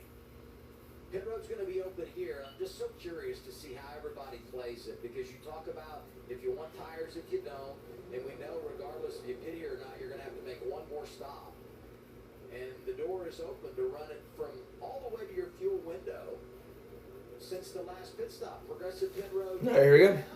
Do have a few takers. Carson Quapple, the first of those making a stop, Dylan. How long can they go, though? Honestly, how long can they go? At the end of stage 2, felt like he was really pretty good. Any handling challenges he said he was battling, he felt were manageable. They'll change 4 tires and add fuel, and again, this will just help them have a shorter pit stop in stage 3, Kim. Yeah, for Sammy Smith there on the right side of your screen, tight center, loose ladder, he just really cannot lean on the rear. So they're going to make a track bar adjustment, air pressure, 4 fresh sticker tires, Sunoco fuel. 2 of Jesse Love also in for fresh stickers. Got a little bit of everything happening here. Those that came prior to the end of the stage, those that wait till the end of the stage to pit, and those that stay on track, including race leader Connor. So all right. Final stage coming up. It's a great day for racing. Glen, New York, and this is truly one of the most beautiful regions. As the Astros tied it up with against the Yankees at 4.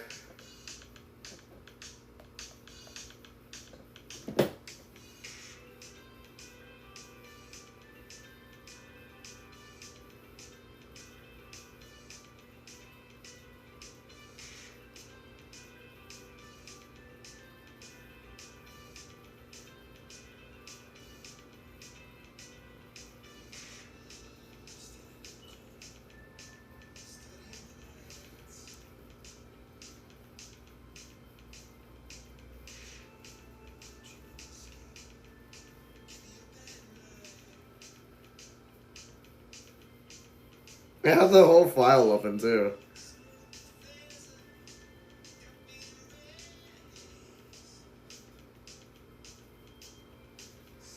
Elements were specifically used for release.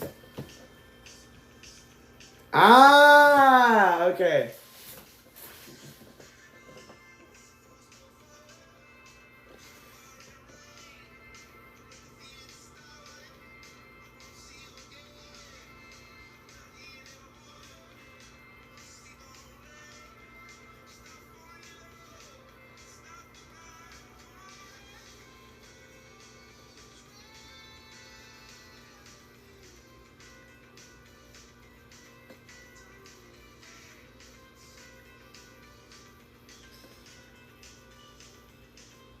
We already have 8 left. Giants win. I don't know how much though. 34-25 against the Bills? What?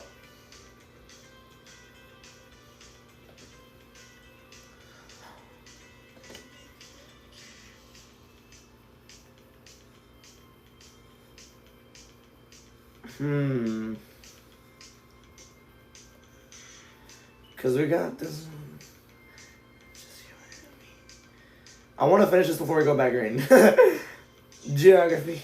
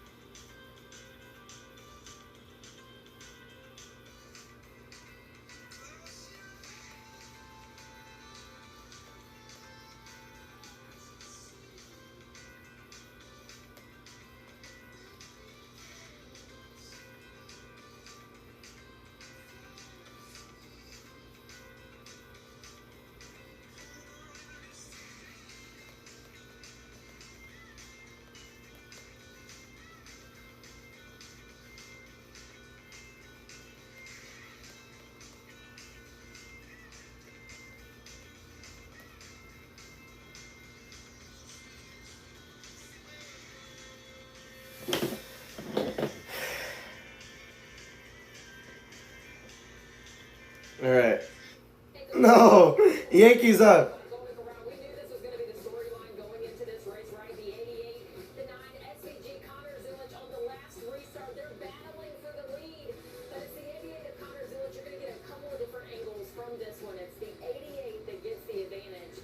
And of course, this is round 3 between SVG and Connor Zilic this season. With each meeting between these two, you would think that maybe there would be more tension increased. But Connor Zilic told me earlier this week that's not the case between these two JRM teammates. He said with each time they faced off, there's more comfortability, more trust, and honestly just more fun as they've learned to race around each other. But there is a bit of a tiebreaker on the line that needs to be settled. Of course, we know SVG won Chicago, Zilic won Sonoma. So what's it going to take to get that win today? Zilic said whoever makes fewer mistakes, which of course was the case for the 88 in stage 2, Adam.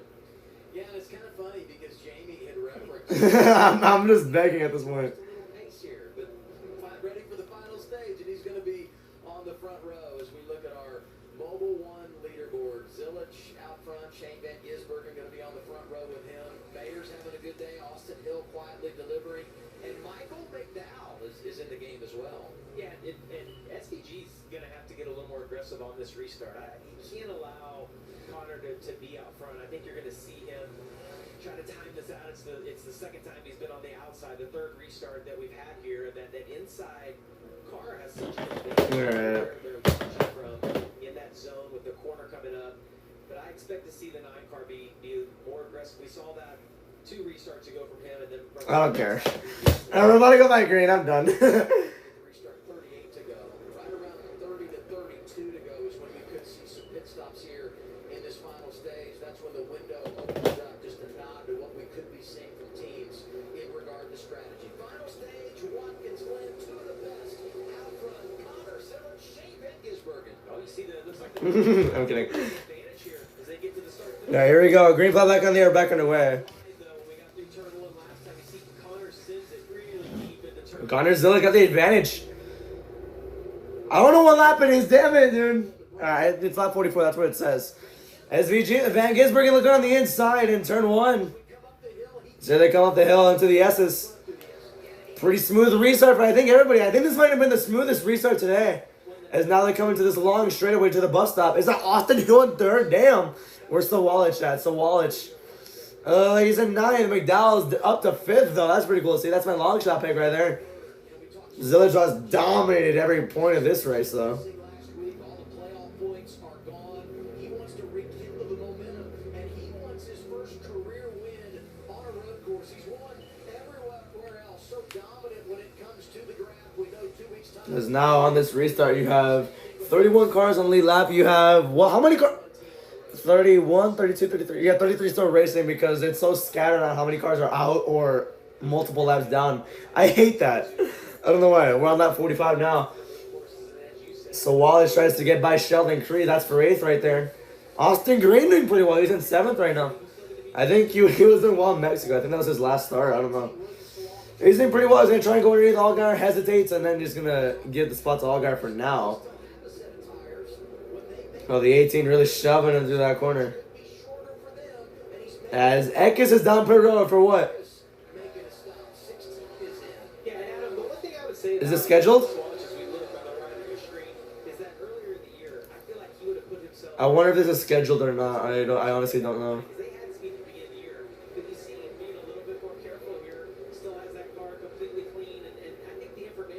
Smooth through the bus stop here. I wonder what happened. Unless that's a scheduled stop, I have no idea what happened in 16.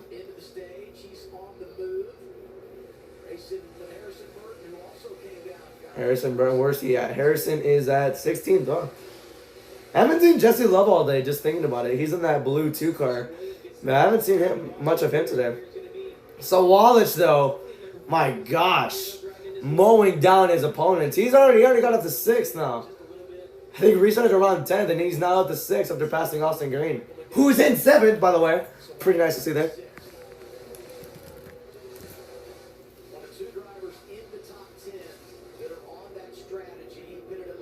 Oh my goodness. Everybody's still just trying to get into a rhythm here. Damn, Jeff Burton almost just got destroyed there. What happened to him? Oh, this is not good for Jeff Burton. He's in 14th right now. brakes and the steering components underneath that part of the race car, and they basically confirmed that they're not sure exactly what all has broken and gone wrong, but they've got a big problem. So trying to just limp it around here and salvage what they can today, hoping for a yellow to try to come down and fix it a little bit more, but going to be a long 36 laps here for the 27, just trying to nurse this home. He's 30th today. Oh, 36? All right, my bad. His worst run of the year. We're about to go back to commercial then? Cut line and bleeding points again today. 36 to go. He deserves the best.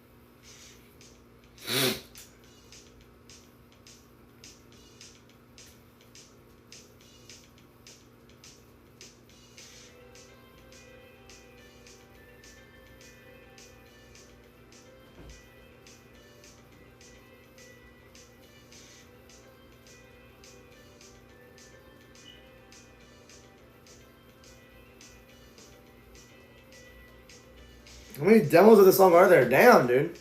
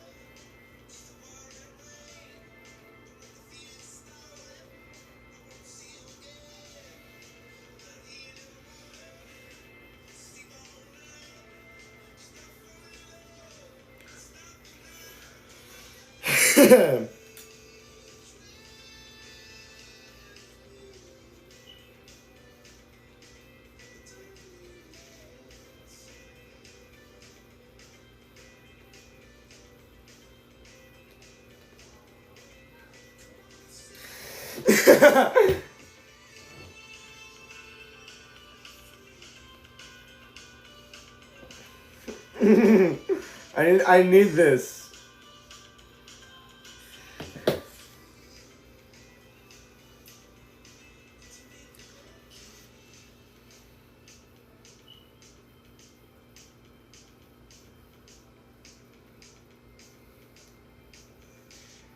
I got the question right.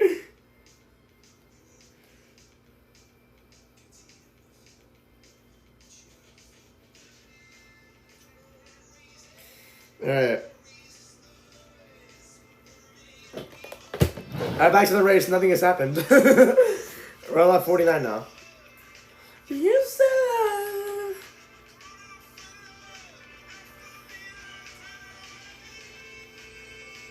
Alright, we're back to the race now.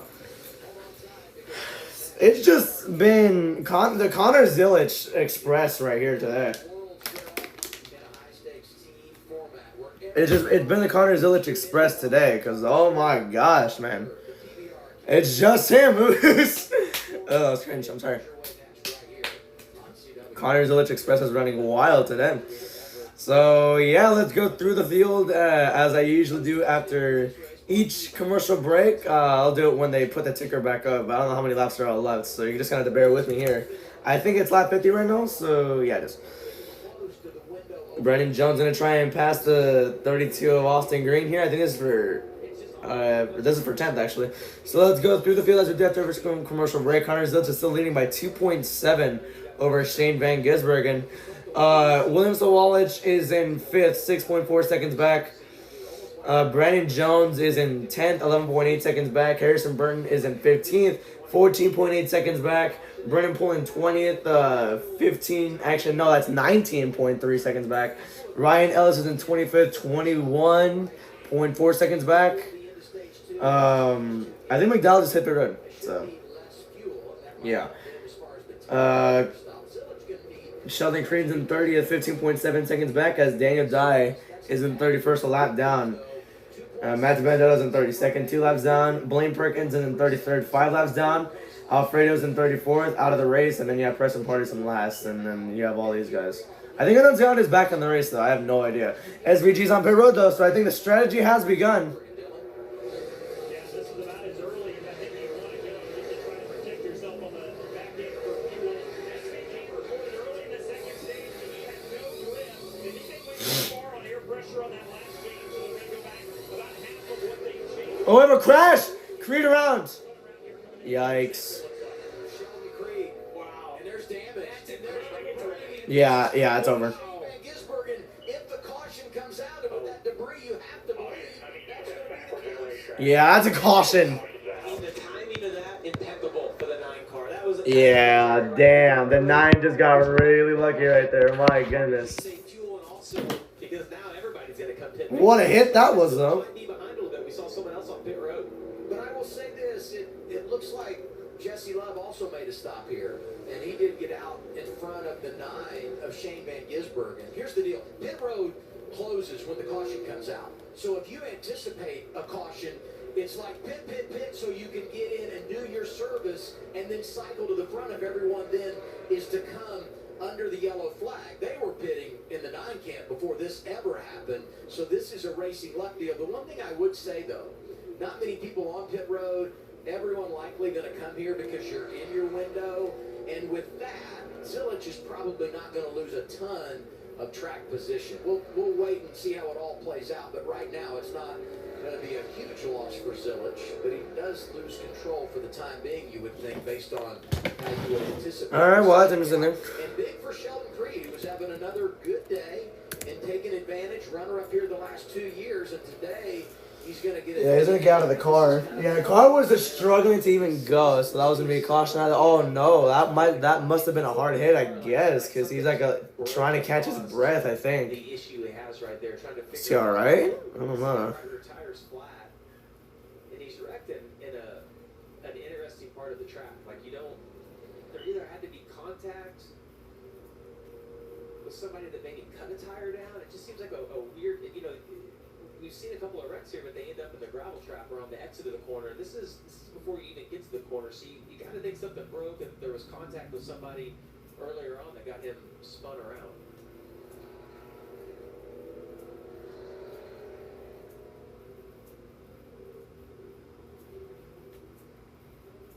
You're standing over on that side of the car where maybe he was thinking about sharing exposure with someone. I thought that might cost him some money. I was kind of waiting to see how that panned out.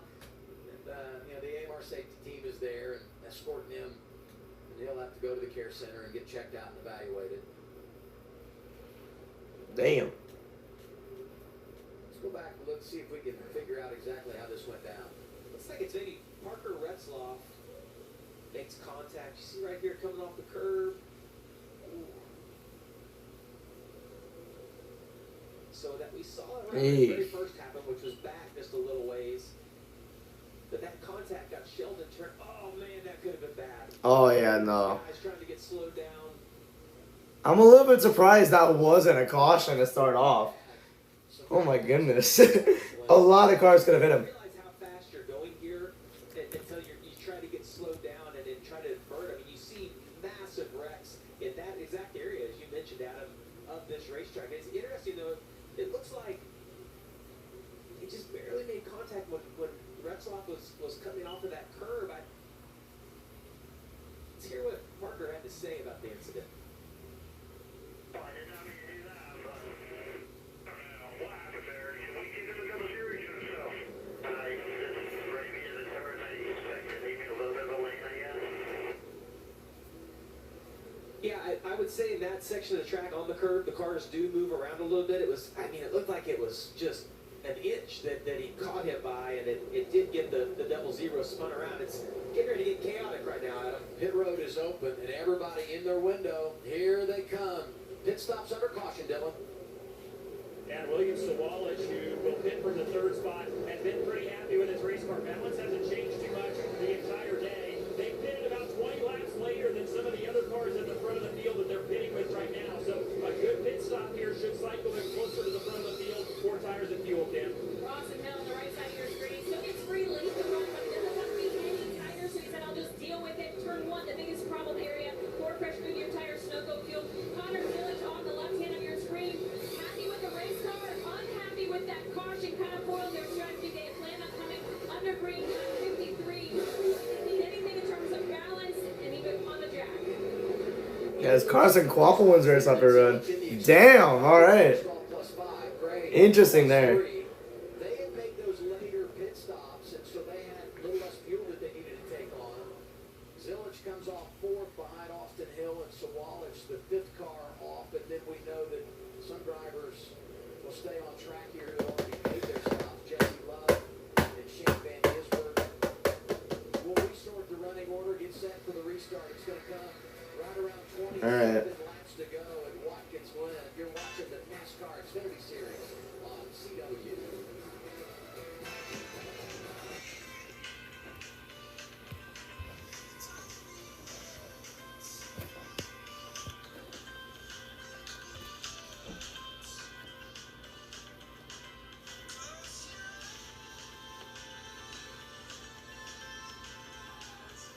Yankees got the win. Ah.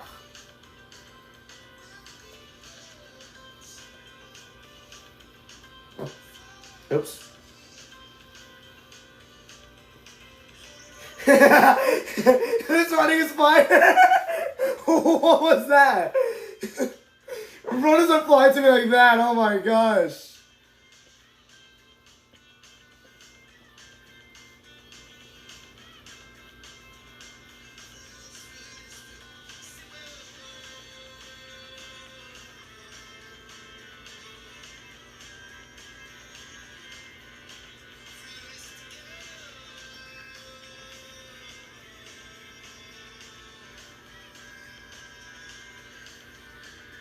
So then now the Nationals are up a 3-0 in the bottom of the 3rd inning.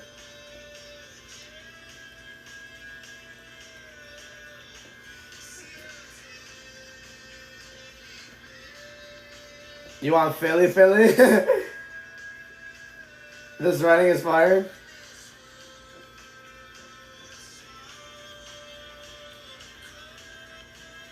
Creed has a worse luck, yeah. CW's not that bad, but like, it's not the greatest. I'm skipping that 3rd demo. I do not care what anyone says.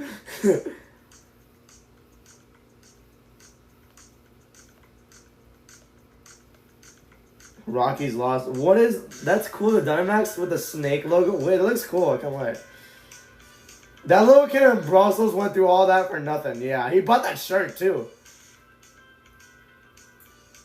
Oh, what happened to Bay? Oh, no.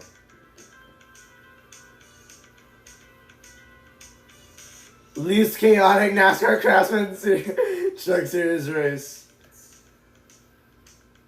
The Peterbot clip is AI?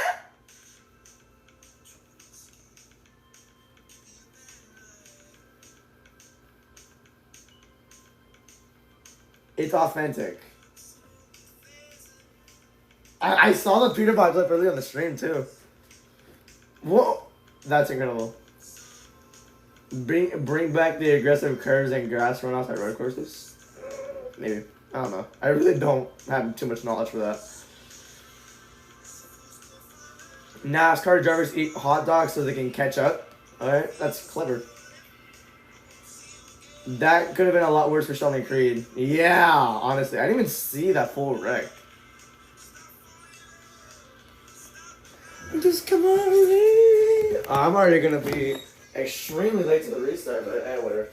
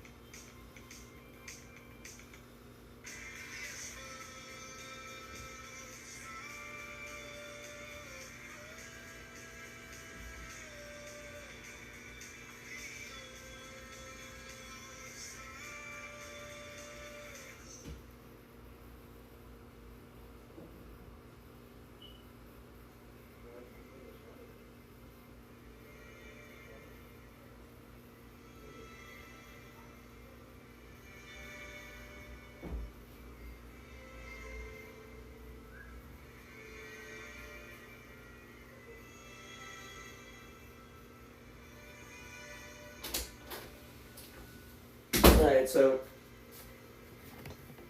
earlier today my mom made the discovery that my hair is actually naturally curly and I got a perm for no reason. Alright, what happened here?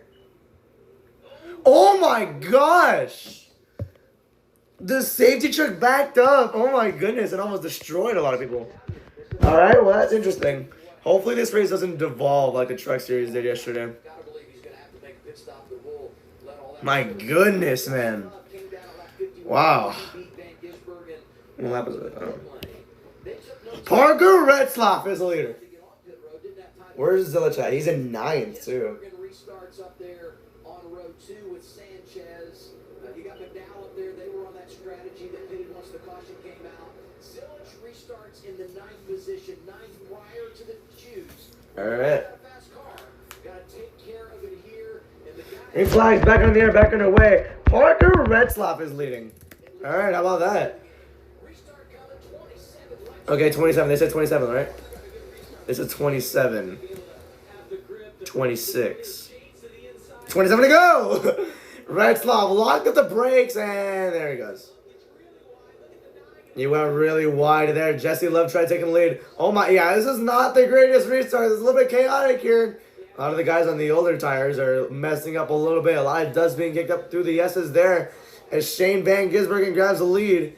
If this race goes green all the way, can Zilich make a rally to the end of the race? Someone is falling back. Are there going to be 3 wide heading into the bus stop? I don't know. Oh, man, this is not going to be the greatest thing ever. This is going to be bad. 3 wide to the bus stop. They all somehow made it through. Gosh. He's up to 5th right now. There's single file in front of him. He definitely has the pace to get by these guys. Just got to be a little bit patient here. And I think the best thing for Connor is that you don't see the 9 driving off from the 2 right now. The pace just is not there. So you have 30 cars on the lap, 32 I'm still racing. It's Preston Pardis and Blaine Perkins that are not on the lead lap here. But now here they come. SVG leading now. 26 to go, I think. Yeah.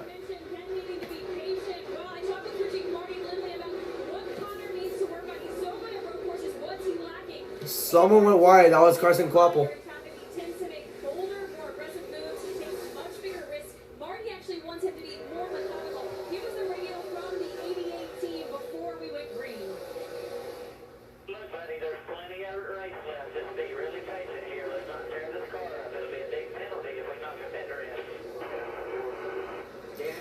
He just said that as he flawlessly got around the 11 car. Oh, he has a donut mark on his right side, and he has the 2 RCR cars battling in front of him. If he punts the 21 out of the way, he's going to regret it because the 21's going to kill him for that. He's side by side with Jesse Love going into turn 6 right here. Love is trying everything to hold that spot. But Zilich is just much better than him. Almost had him. Here they come into 7. He clears him. Zilich the 3rd. He doesn't want SVG to pull away. He's trying hard as hell to get that with 25 laps to go here at Watkins Glen. He's got to be careful. Now he's got some clean air, and it won't be long before the only thing between him and the lead is his teammate, that's Shane Van Gisbergen. Well, and he has everything going for him. SVG has clean air, but he's not pulling away yet. Oh, we have a tire down. No, so Walich had a heavy tire rub. He's up to 6th right now. He's had a pretty good day. See if he can capitalize on it with the last 25 laps here in this race.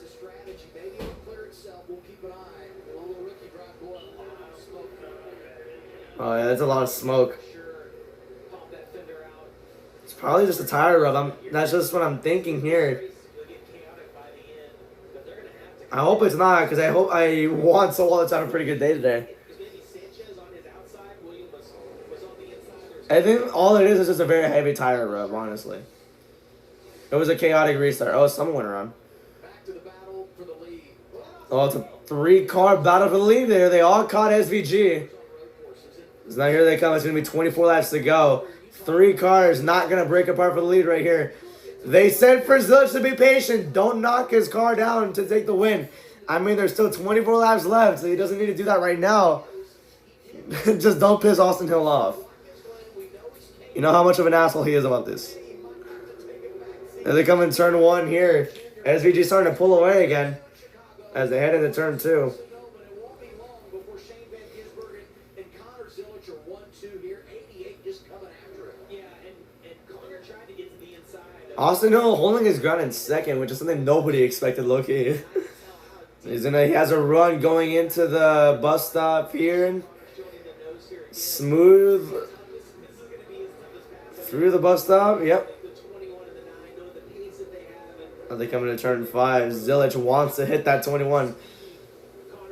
He's being aggressive, but he's trying to be conservative at the same time here. So here they come again. Off of turn 7, which is critical because that passing zone in turn 1, he's been so good under the brakes. Are they coming to 6? Not really much of a gap between Hill and SVG. Now Zilic throws it into turn 7. Can he get around Hill? No, almost had him there. No, now he's side by side. Was able to get to him.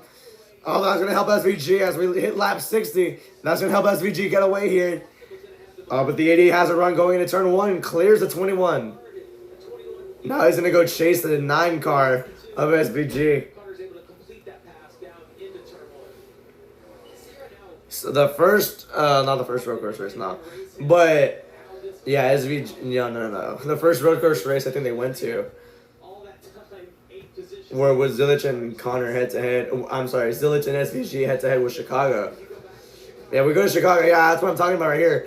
SVG moves, Zilic takes all the room he gets and wins Chicago. And then Sonoma the week after, Connor Zilic pays him back and gets the win at Sonoma after a hellaciously amazing battle. My goodness.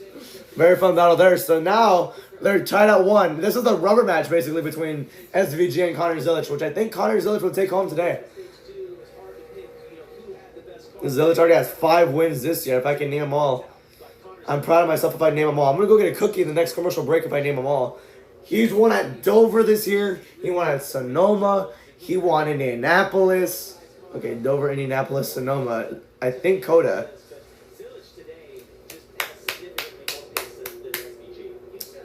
Oh, Shane got loose. He did not win Iowa, no. Come on, I hope I can name it. Okay, it was Sonoma, Dover, and Indianapolis. That's where he got 3 wins, right? He won at Coda earlier this year, I'm pretty sure. I think he had another win. I forgot where it was, though. That's the thing. I don't know, but Zilic has been very consistent ever since that Talladega wreck. He's been amazing. Let's see what he can get here. Oh, he's there. He's there. SVG went wide in turn 1, which was what kind of cost him. Oh, man. As they come in at 6. I don't know how long this battle would last. Let's see.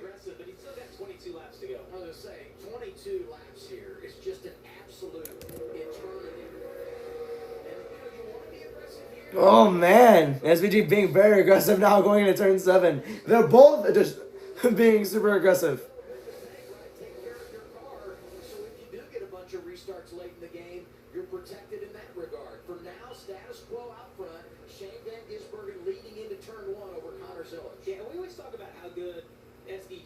What lap is it? Yeah, it is 22 to go. 80 driving very smoothly. The 9 is driving very aggressively, which is just making me think that Zilic is going to take over sooner rather than later. I just want to know how SVG is going to defend the lead, though. I just want to know how he's going to defend it.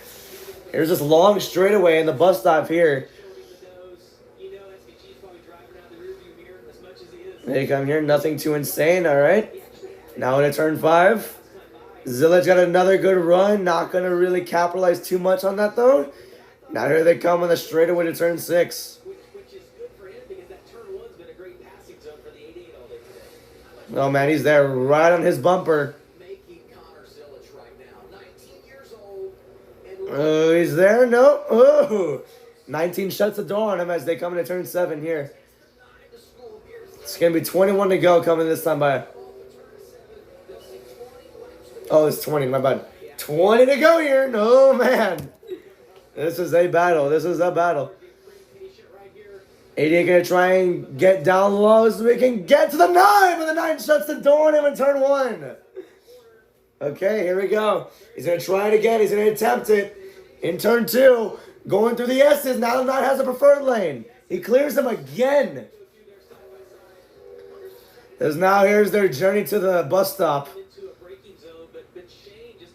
SVG defended that very well, but he's going to have to do that for the next 19 laps. Here they come to the bus stop. I think Austin Hill's catching back up. I can't lie. Connor Zilic, once again, he's just better on the bus stop. That's what it looks like for here.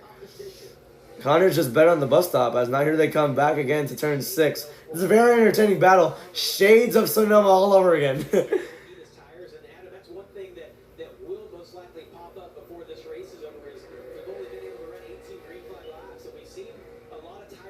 Oh, the 88 sends it in turn 7. The 9, though, going to try and hold it wide open off of 7. 19 laps to go. I'm stuttering, sorry.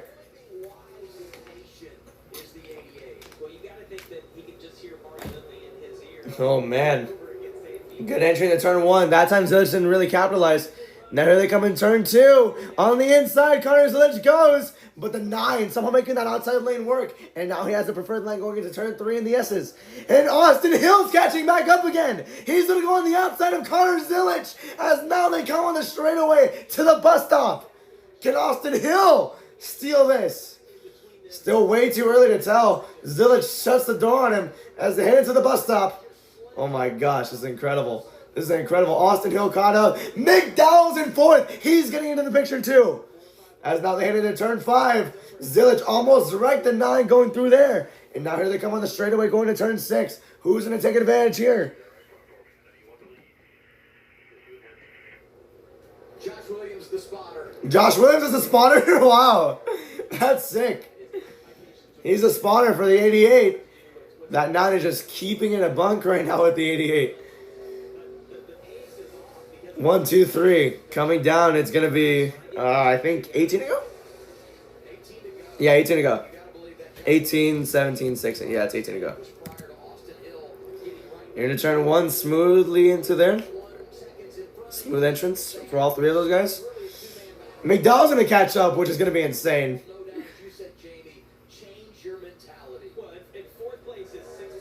Now they're trying to conserve a little bit, I'm pretty sure. Now here they come. Going to try and head into the bus stop. Zilic has a run. He's going to hesitate. Yeah, he's going to hesitate. And he's going to let the 9 have it in the bus stop here. Austin Hill kind of lost momentum, but he caught right back up with the bus stop entrance. That's just where Zilic is much better than the 9 right there. He's just holding back all the aggression because it's way too early still to be that aggressive. It's here they come down the straightaway. They're going to enter turn 6. The 88 has a run on the outside. That's only going to help Austin Hill as well. The 88 on the outside. Going to clear the 9. But the 88 went wide. Oh, he spins SVG. And around he goes. Can he save it? Oh, hard hit to the wall. Caution is out. Oh, my gosh. Hard hit for SVG. Oh my gosh, there's no intention there. That's just hard racing. That fender, though, is not looking good on the front of the 88 either.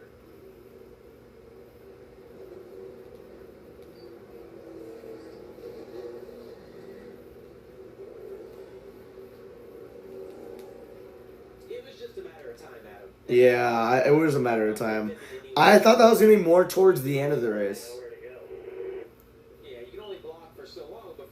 This is the result that you're going to get, and Shane had to know that at some point when all that's going on, like you can play the shenanigans for a while, but eventually someone's feelings are going to get hurt, and unfortunately the 9 came out on the short end of the deal. I think the 88's in trouble too, looking at that fender. Get some more 88 radio here.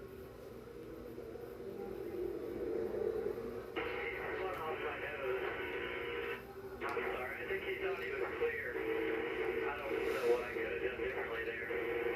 I knew where to go. Yeah, if we go back or watch that replay, when Connor got to his outside getting into turn 6, Connor overdrove that corner. Let's take a look at it real quick right here. Connor overdrove the wow, turn dude. 6. Just wow. Ran wide. This is coming off the carousel. If you watch the 88 behind the 9s, they get a little bit of a run. Kind of get to 9 goes wide a little bit off of 5, and now as they come in at 6. run a little bit wide here. I thought the 9 was letting him go, actually, but if you watch He tried as hard as he could have, and he made him go wide. Oh, no. a little bit of room there. You know that Oh! run out, and you're going to have to get Please tell me there's a safer barrier there, because oh my goodness, that looked like a hard hit. spotter right there, right? It's hard for the spotters to see that. That's almost a blind spot. I don't want to, because Zillage's track record, I don't want to say that's intentional, but oh no, that did not look good from what I saw. He went wide and then came up and wrecked him. Oh no. I don't blame Connor for doing anything wrong right there. I agree with Jamie, though. I don't think Connor did anything wrong. Oh, I don't think there was any malicious intent behind it. But, that was not a good hit that SVG took either. He took some air there. Oh, man. That was a great battle. That was a really fun battle. And, that's just very concerning right there. Eeh.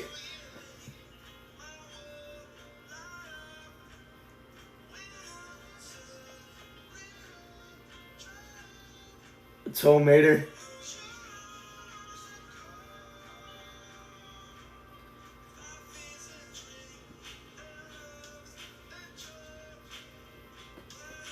Just saw Lovers in Japan in color return. Yeah, see, I still don't know how to justify that one.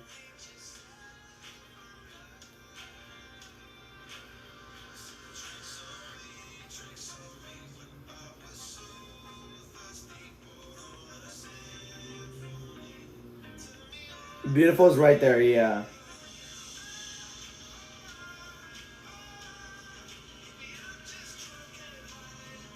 The Rainbow song? Coloratura?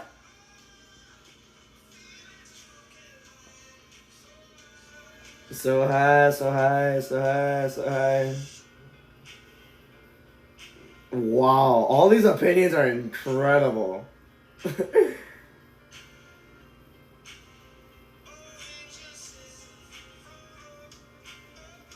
I don't want Watkins Glen to have a bunch of sand everywhere.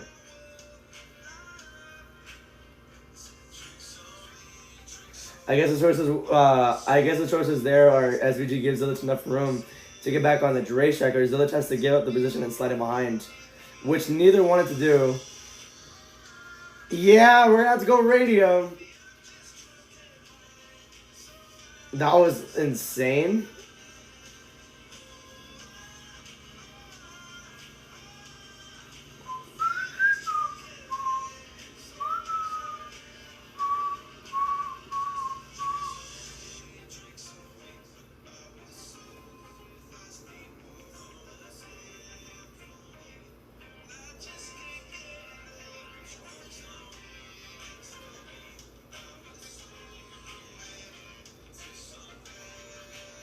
What did Eric say about it? Find me, huge hit for SVG. SVG seemed to leave a lane, but wasn't a ton of space, but it was enough. No, yeah, I'm just saying it's me a misjudgment on Zilich's part, but man, that replay just doesn't look good, especially with the dirty driving recently with Zane Smith and Hocevar. You had Hill and Amarola.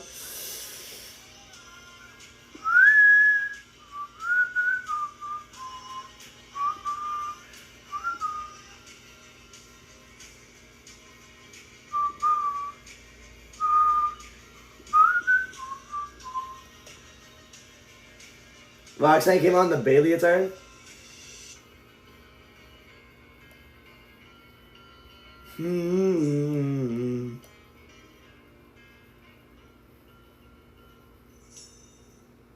Just gotta run out and get an Ethernet cable.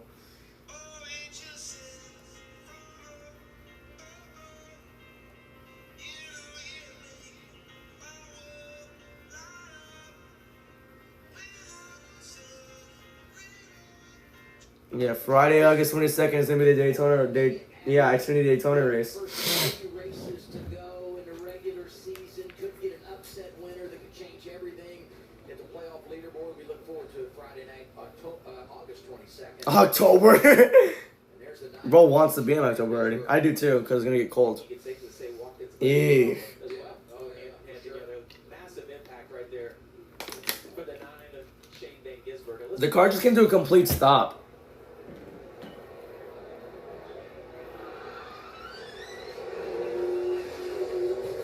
Oh! It looks like he's almost stopped, and then you see the massive impact of the safer barrier right there. Okay, that was a safer barrier. That's good. But man, his car picked up. Oh my gosh. Yeah, that was a shot. Let's get an update on the race leader, Connor Zilic, Kim. Yeah, Connor so hung up on that incident. Listen to the recent radio communication. Just don't know where I could have gone. He didn't leave me any room to rejoin. We gotta shake it off and win this race, so we're back later. Don't lie to me if I wrecked him either, like you did in Iowa. If I wrecked him, tell me. Well, I'm not lying to you. You had one lane to get back on the track. So they continued to tell him to shake it off, told him Shane thought he was clear. They also said as far as the car, there's scuff marks, but the left front looks fine. Yeah, and I would agree. I think when we get to talk to Shane, he's going to think that he was clear of Connor because he would have given him a car length or a car and a half to get back on the racetrack. There is no out of bounds here. Everything is the racing surface. We have curves, but you can go over those and you're going to rejoin back on. We see it all the time in turn 1, and I can't wait to hear Shane's perspective of what happened right there. But I don't think Connor did anything wrong either. I mean, yeah, I don't think he did. Shane was. I don't think it was anything bad. As hard as he could. Just unfortunate. And when Connor came back on, you got to give racing space because if not, we see the results of that. We could see him go at it again tomorrow, right? Because Zilic's doing double duty this weekend, triple duty. Actually ran the truck race last night, but we'll run the Cup event tomorrow, final Cup start of the year. And Shane Van Gisbergen going to be. I hope he does well too. I think he was doing well in practice too, so we'll see. So we have Austin Hill and Connor Zilic on the front row. You're going to have Sawalich and McDowell in row 2. Row 3, Sammy Smith and Taylor Gray. Row 4, Justin Allgaier and Sam Mayer. And row 5 is going to be Harrison Burton and Dean Thompson. So, yeah, here we go. That's really amazing. How many laps are we going to have left? I need them to tell me. It's either clearanced itself and it's gotten better for him. We haven't seen smoke from that. Austin Hill was hoping they would get both the 88 and the 9. He was sitting in a great position. I'm curious to see if there's any rub on the 88 when you get the speed that front end travels down, especially through the S's. We'll see right away kind of the position that they're in. But McDowell's put himself in a great position too. They know how good he is at road racing, and as the people have eliminated themselves and it's got down to this, he's put himself in a great position, Adam. See row 5 there, Harrison Burton, Dean Thompson. Thompson had never been here, and Thompson's team. Yeah, that's true. Thompson was in the truck series these past years. So now he's in Watkins Glen in his first year in Xfinity. That's pretty cool to see. Been a very entertaining afternoon. Oh man, Hill spun the tires, but won't affect him that badly. Zilic's got the advantage, and there he goes. Oh my gosh, Hill.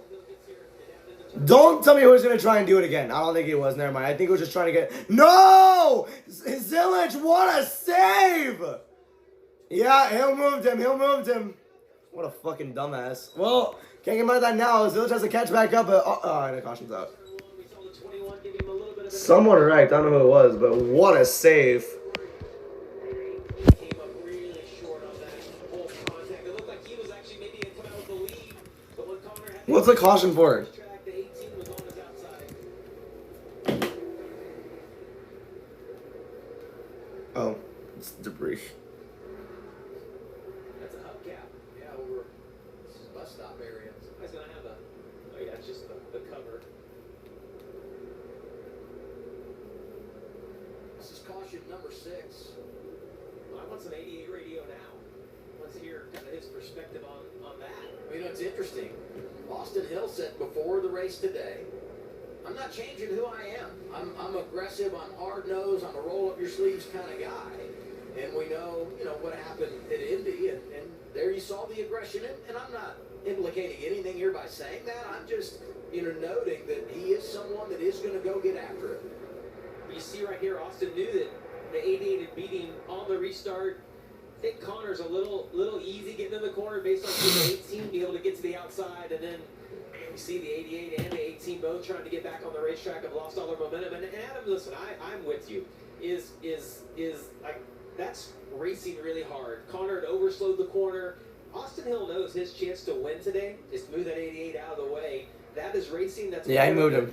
We'll see how the 88 retaliates or how he races when he gets back. Let's hear kind of his perspective on what he had to say here. You guys sure love wrecking people. Yeah, he just flat running the back of you.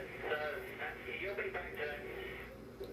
I agree. I agree. Yeah, yeah. Me and Jamie had the exact same mindset right there. They will tell you that as well. I mean, that's his chance to win. The 88 is in a different league when it comes down to speed, but there's still plenty of time left for Connor to get back up there. We've seen him. Imagine McDowell wins this race. He'll be able to do it again.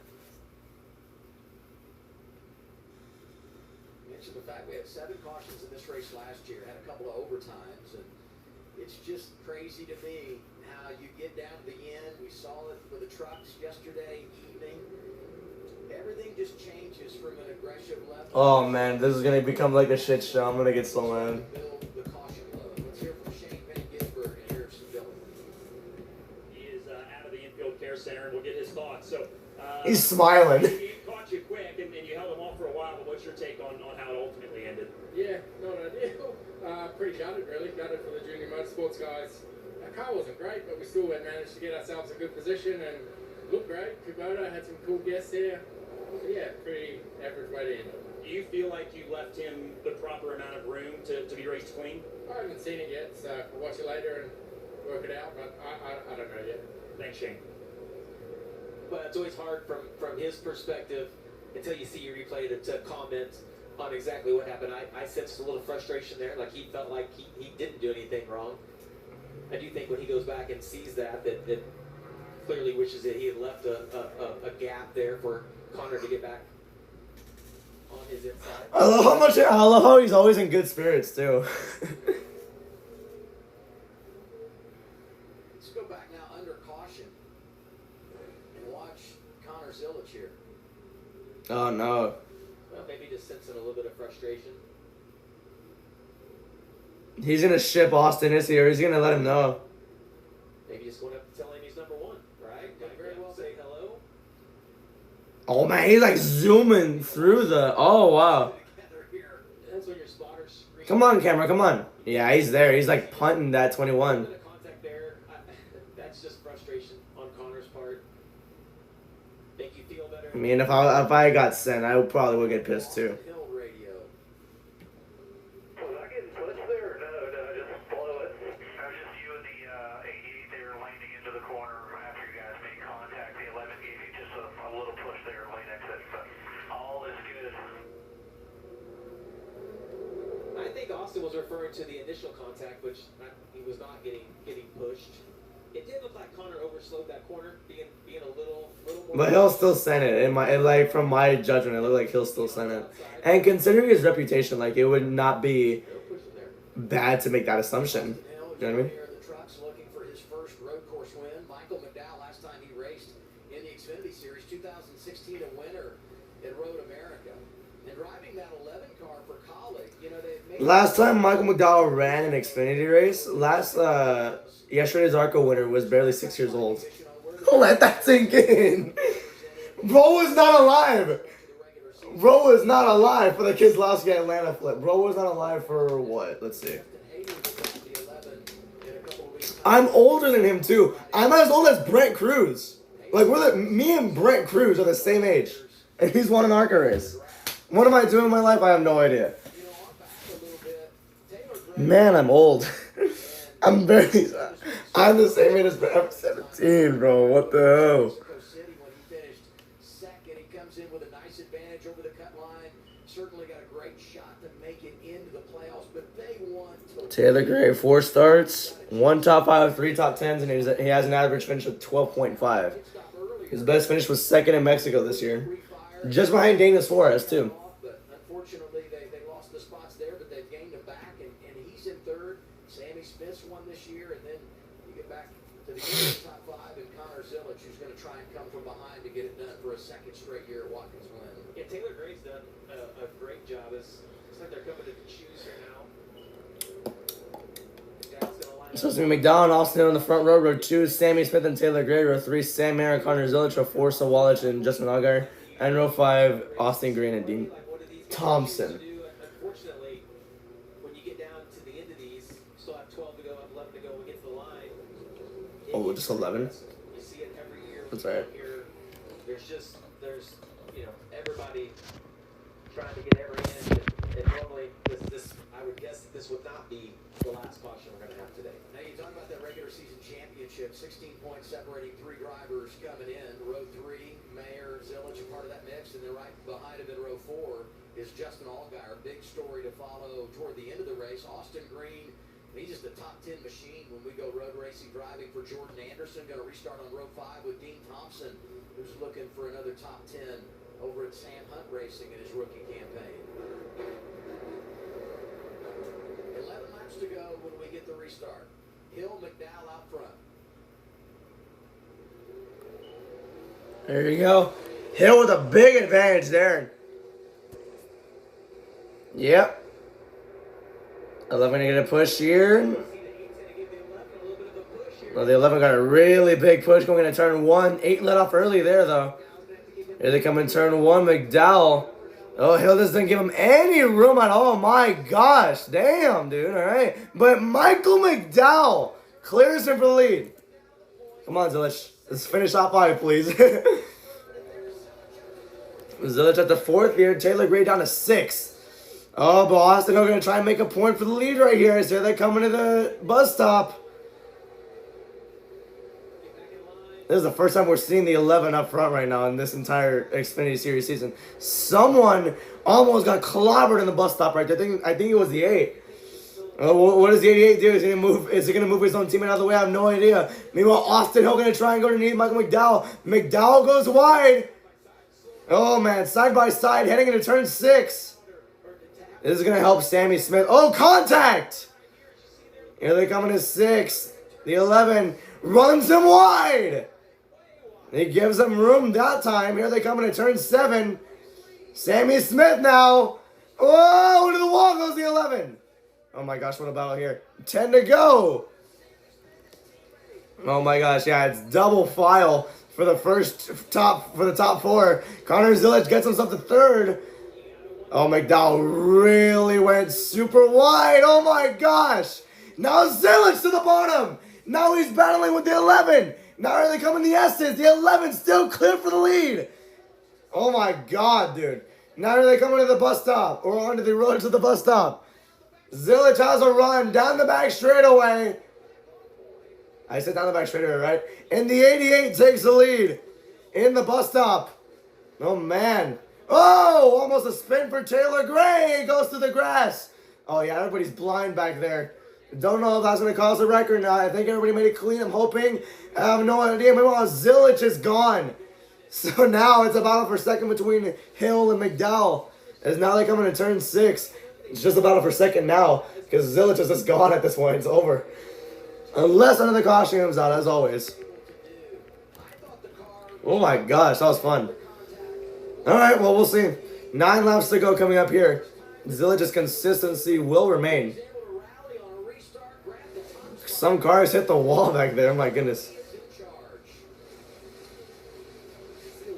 A little bit of lockup for Zillage entering turn 1 there. Oh my gosh, Allgaier nearly spun out heading into turn 1, and they're 3 wide as well.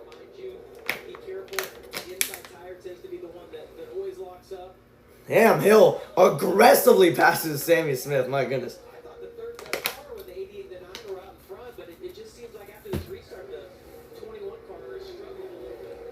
Damn, dude. Down to the bus stop. Zillage has a huge gap.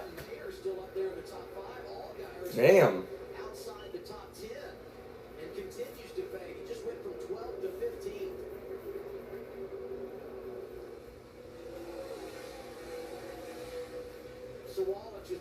Oh! Hell! Wrecks him! Hard!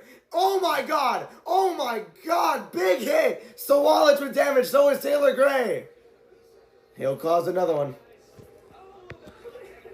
Yeah, they're just piling up. Oh my god. Yeah, they're all just piling up. Everyone stop.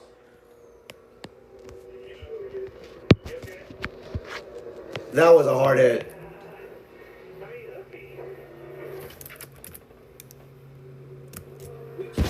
That was insane. This portion of the racetrack is. How many cautions is that? That's 1, 2, 3, 4. Another complete carnage between turn 5 and 6 at Watkins Glen.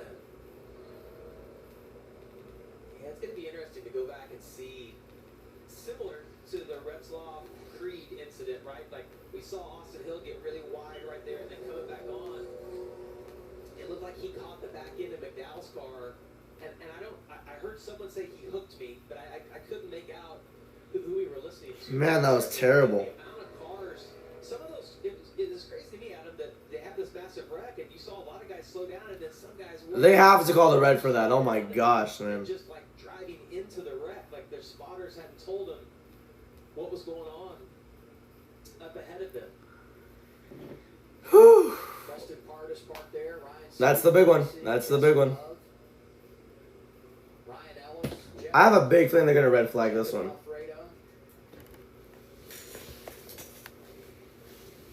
Tell you that Jesse Love is gonna drive away, but my goodness, man. What happened there?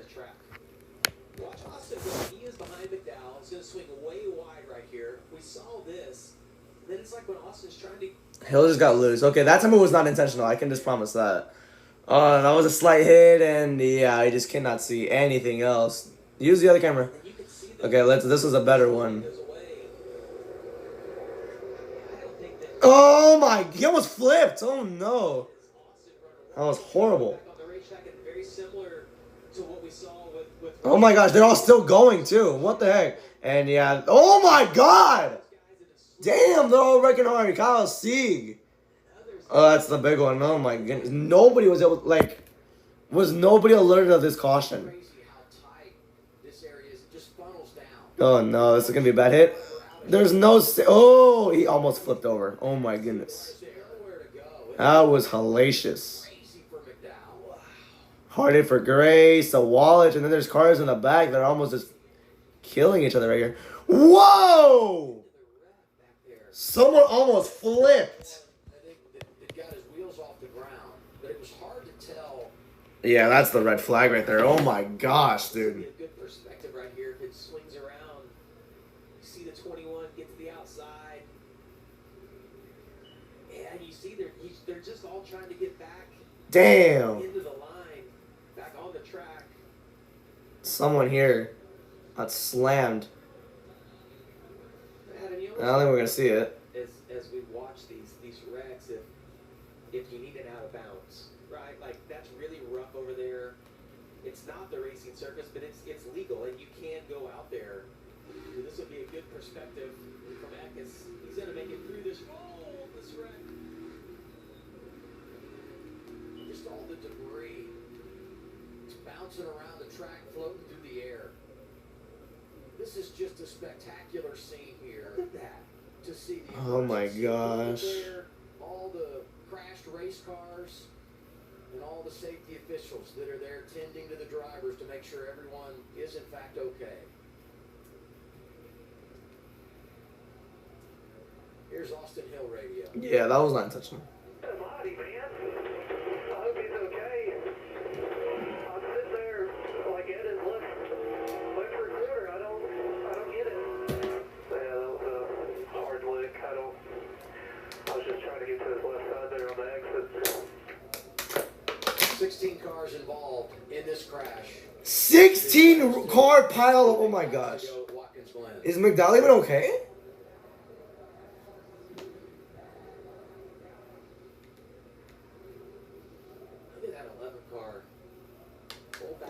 Oh my gosh, dude. Just seeing that car just pick up off the ground, too, that was incredibly scary. Where you go back and you reference the same area of the track is 16 cars, yeah, they're stopping the entire field for that. Wow. There is that we had been under green for quite a while, and so the field was far more spread out.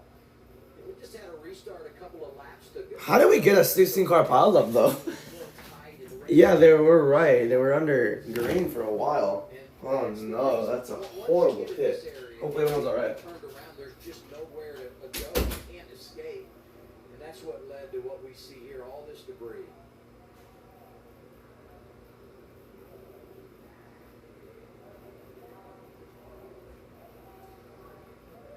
one thing to keep in mind is that section of the racetrack, the spotters are actually over at the bus stop, which is before the carousel. So you have a set of spotters there.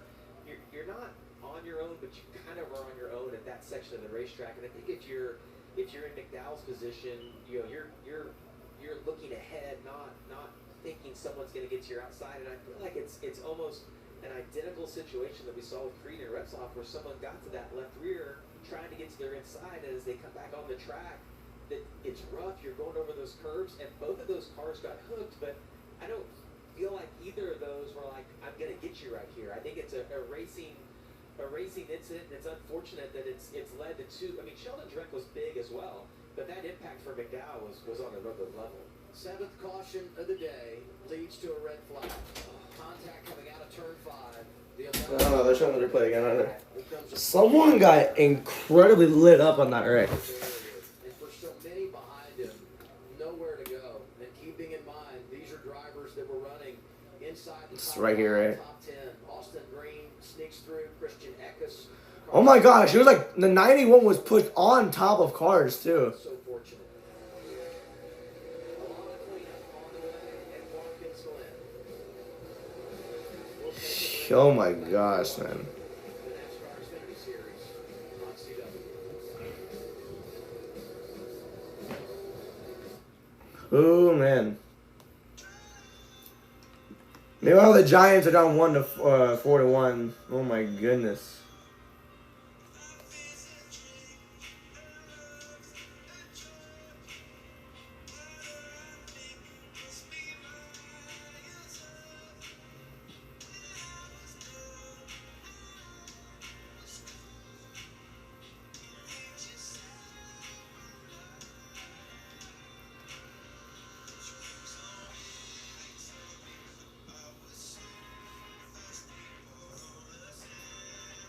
Yeah, I don't think he did it on purpose. It was just a horrible move.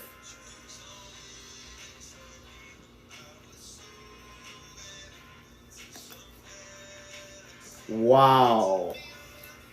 I need to see a replay of that. I'm gonna post it too. What are we doing in this? I'm just junking high.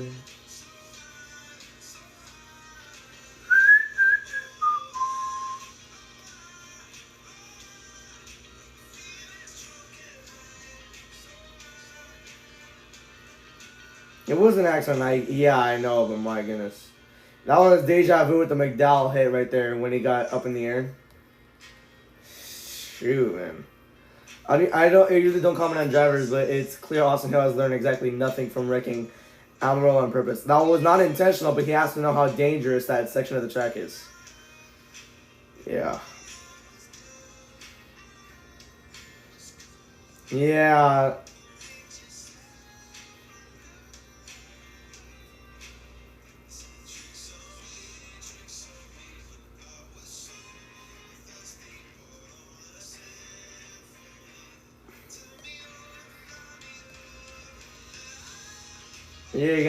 Yeah. That's just terrible. I don't know. I don't know about I don't know about suspending him, but my goodness, dude, he needs to learn.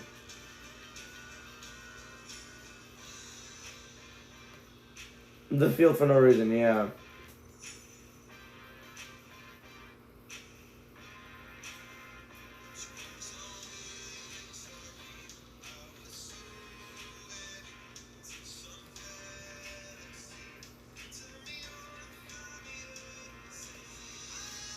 Alright. There's 16 cars involved. It happened between turns 5 and 6. Austin Hill racing for position with Michael McDowell. There's contact and just nowhere for drivers to go in this portion of the racetrack. Yeah, one thing, Adam, that I think is worth pointing out is this right here that I circled is the spotter stand. The wreck has actually happened right down here. So their vision from the stand, you can't see anything there. So the spotters stand over there because you see a lot of passing over here into the bus stop, coming out like into this early section of the carousel. They can manage that, but the drivers, I mean, once you get to this middle section right here, you're on your own. You're kind of your own spotter inside of the car, and I think that's why you've seen like both of those incidents where somebody trying to get to the outside. I mean, it's obviously super hard racing, but I don't think that anyone is like we listen. Austin Hill 2 weeks ago at Indy got suspended for hooking somebody, and it looked intentional, and that's what I said. And I know Austin has denied that, and he's the only one that knows, but when I look at this scenario or Parker Retzlaff's, I know there's emotions from other teams and other drivers who are involved in this that are mad, but I don't have a biased opinion. I call things the way that I see them, and when I look at that, I don't see that as a I'm going to hook you into this wall. No, I don't see it either. It's just a racing incident, but it's a clumsy racing incident that probably no, Jamie. It's a racing incident that could be perfectly avoidable. He got ran that wide. He could have given him the spot. Instead, he was being super aggressive and tried getting side by side with him. I don't know. But it's a racing deal that could have been totally avoidable. That's exactly what it was. You can't gaslight people into thinking otherwise. Scary moment here at Watkins Glen. Here it is one more time. See, like, he could have backed off, and he could have let him get the spot, and he could have probably challenged him heading into 6 as well, but wanted to take everything he could have gotten, and then everybody else paid the price for what he tried doing there, which was being aggressive. But it could have been very avoidable. Hopefully everyone's alright, though. 91 really took a big lick right there.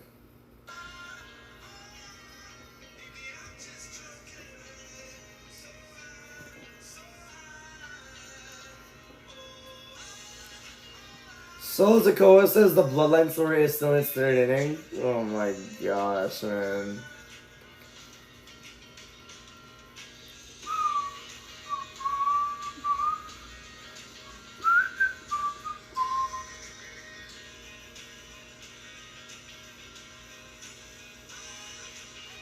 I know I must remain neutral and impartial regarding drivers and their actions, but I don't think it's biased to the data. Austin Hill has to have a moral awareness on where he is on the racetrack. I know he didn't wreck the 11 on purpose, but he could have easily uplifted. Yeah, exactly. A very bad and costly mistake.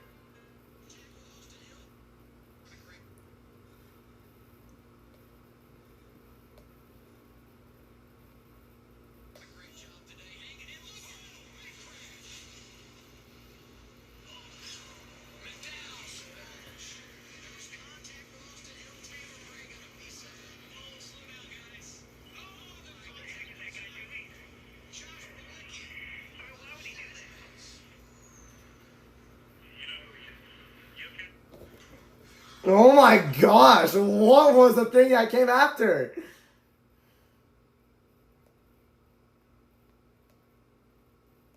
What was that? Alright.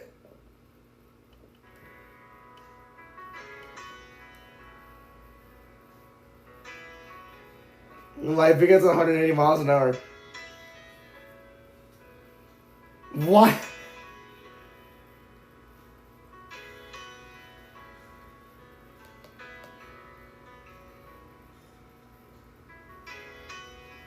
Freebird.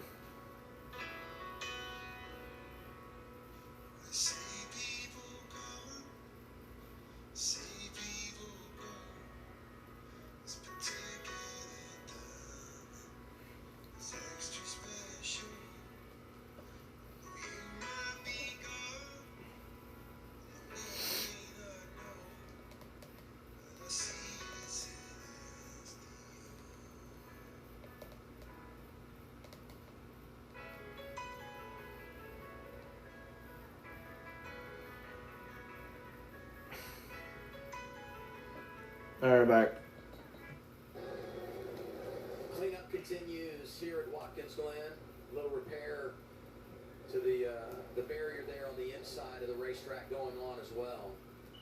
And this is one of those times you just have to salute all of our safety workers, because you never know when the moment's going to come when you have to jump into action, and they have all done an outstanding job of getting to all these drivers and executing the plan here in this situation so well.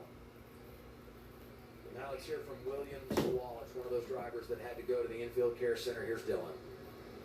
That's right, Adam. The drivers are starting to be released here at the care center. So what was your vantage point of that, and could you see anything to try to miss that? Not really. I didn't even know what I hit until I saw the replay, and apparently I hit a tire flying through the air. So that's just our year's luck. But it is what it is. The boys brought a good Sound Gear GR Supra that was as fast as Xfinity mobile. So Of course he says that. battles, Bam. and just really good speed no matter what happened to us in the race. We had really good restarts, and just can't be prouder of our team. Yeah, and just to expand on that, it has been a obviously work in progress. We've talked about it a lot with you, but this was a run that you were up front all day. How proud are you of the effort, even though the result is not going to be there? Yeah, I'm really proud. I've been working on road courses this whole season, working with Jack Hawksworth in the Toyota simulator, so that's been very beneficial for me, and just anything I can do to learn, I'm trying to apply. Glad you're okay. That was crazy, the replay, and we were just breaking down some of what happened there during our commercial break, and we saw what it was that got the 18. Looked like Sawalich might get through there, and that tire just comes down and destroys the front end of his race car. We'll watch it again here. 18 coming in your picture there, and boom. Oh my gosh, yeah, that tire obliterated his front. I was in my mind, I was saying, like, did he hit the 11? Or did he hit the 54? He hit a tire, and that obliterated the front of his car. Too fast, but you don't know, you don't expect a road course to be completely blocked. But as you mentioned, it kind of funnels down right there, and I don't think anybody expected that we were going to have that massive of a wreck. Nobody expects to have that massive a wreck. So many times, and just how the level of aggression lay, the intensity, it changes. Just human nature, it's natural in NASCAR. When you get down to the closing laps and you see it out there in front of you, you want to go get it, and that's what everybody's doing there. And it's hard to turn that off once you get it going. And for so many, just wrong place, wrong time, nothing they could do. Connor Zilic, after all this, sits out front and waits to get back under yellow and eventually the green flag. Here's what the race leaders radio is saying. Think about this restart. You think the 21 drive through again? There's a good chance. I don't think we can see you left because he's going to drive up to our door, but he's behind us. We can't stop it. I think hopefully he chooses left and we just keep him beside us. It's going to be our best bet.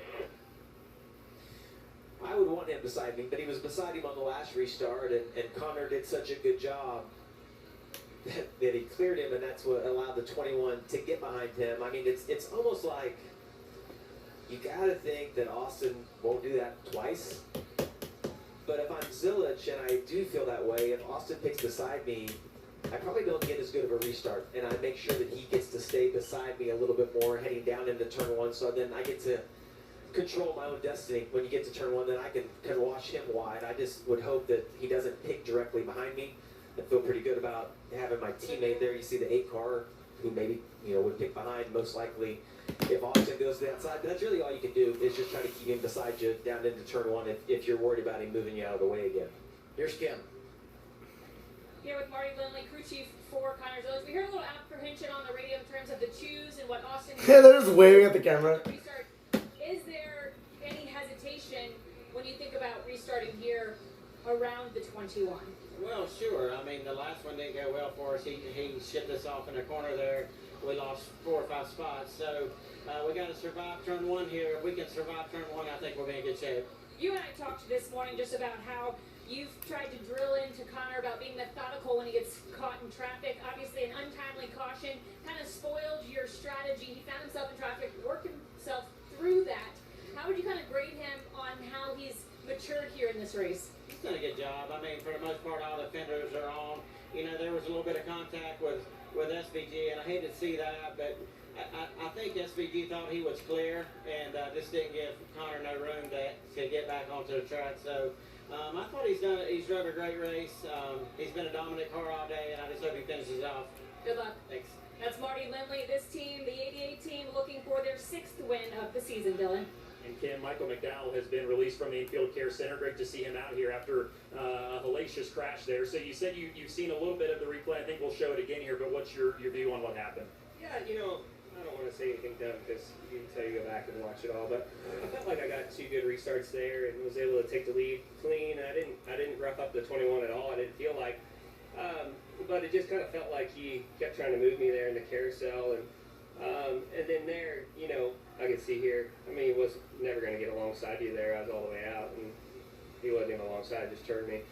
So yeah, it's unfortunate. I hate it for everybody. College racing, you know, we trying to get a trophy there and had a couple shots at it. We had Bailey Zimmerman here actually at the racetrack hanging out, and was hoping to get them the victory lane, and just unfortunate, but that's racing, and you know, thankful to everybody calling, Chris Rice and Matt Call, again, Ty Norris for letting me do it.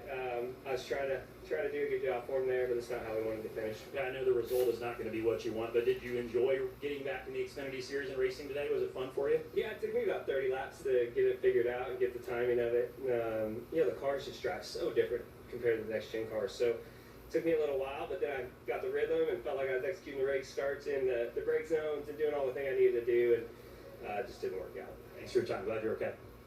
You know, we've always said Watkins Glen is the super speedway of road courses, and we've had some super speedway size crashes here, and we talk about this area of the racetrack, and unfortunately it's not the first time Michael McDowell. Yeah, it's not. This 2014 wreck was really bad too. And this is just unreal. Driving the 95, he and Ryan Newman get together. Newman hits about where McDowell did, or not too far off of it, and then wow, just incredible.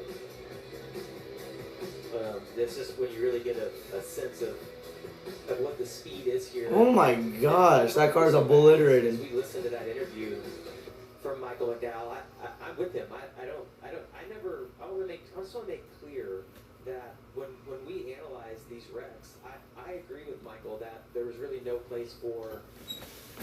I wonder how long this red flag will be. But I don't think it was malicious or intentional of Austin Hill. Like, I'm making this outside hooking. And there's a big Okay. because what people have been in trouble for in the past is when you see someone intentionally hook someone in the right rear and turn them into the wall. Intention is everything in this situation. I don't know that Austin Hill made the best decision right there. It was obviously a poor decision, but it's a decision. It was a really bad decision too, yeah. His intention when he got out there was that he was mad at Mike McDowell. I'm going to hook him right here. And there's a really big difference in those. I don't think he intentionally did it. Yeah, I thought he just lost the car, but he could have let off, and he could have at least tried it again, or at least tried going to the outside of him that time in turn 6. But nope. But when you look at intention, it's everything in this scenario. Was it a great decision? No. But I don't think that Austin Hill's intention at that point was to hook him. And Michael McDowell is okay. And it's great that he's come from the infield care center after a very, very scary crash here at Watkins Glen. We continue under the red flag as cleanup. All right. And Watkins Glen. Stay with us on CW.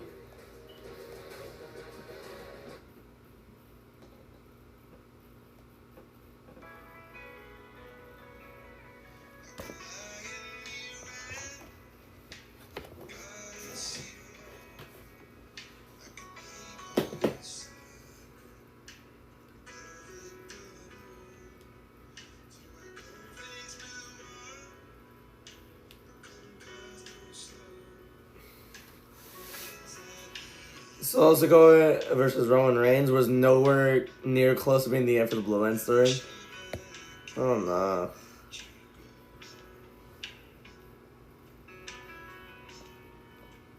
I want to read more tweets about it.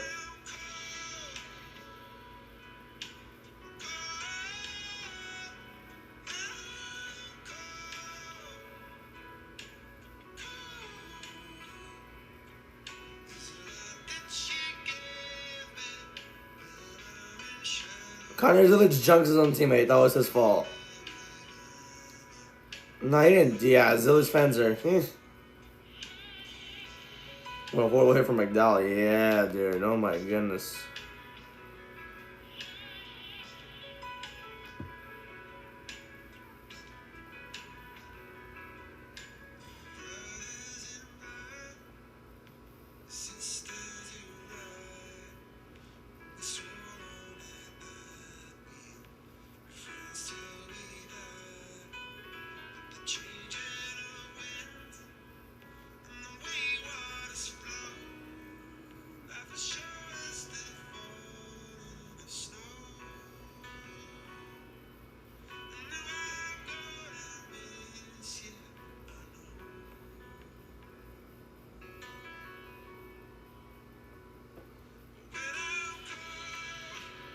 Carson Horsor versus Austin Hill. WWE matchup needed. Yeah.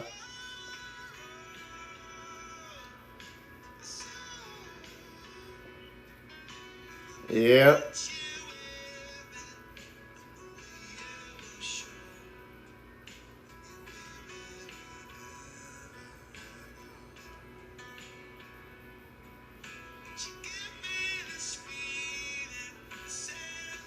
Custer's laughing. Custer knows all this laugh. I remember that.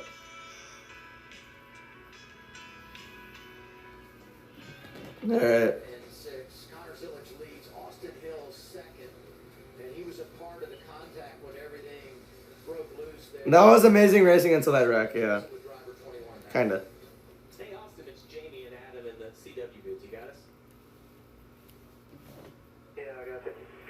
All right, well, we've been able to watch quite a few replays up here. You know, massive wreck over there heading up to turn 6. Just give us your perspective of kind of what happened there leading out of the carousel and trying to get to Michael's outside. Yeah, the 11 has been struggling a little bit in front of me for a few laps through the carousel, across the middle of the exit, and I thought if I got a big enough run, I might could get to his left side and kind of have positioning getting into the left-hander 10, and you know, I obviously haven't seen the replays, but I don't know if I just went far enough along beside him. I know the grass was coming up, we were running out of real estate there. Hindsight, I probably should have just lifted and got back in line and lived to find another corner.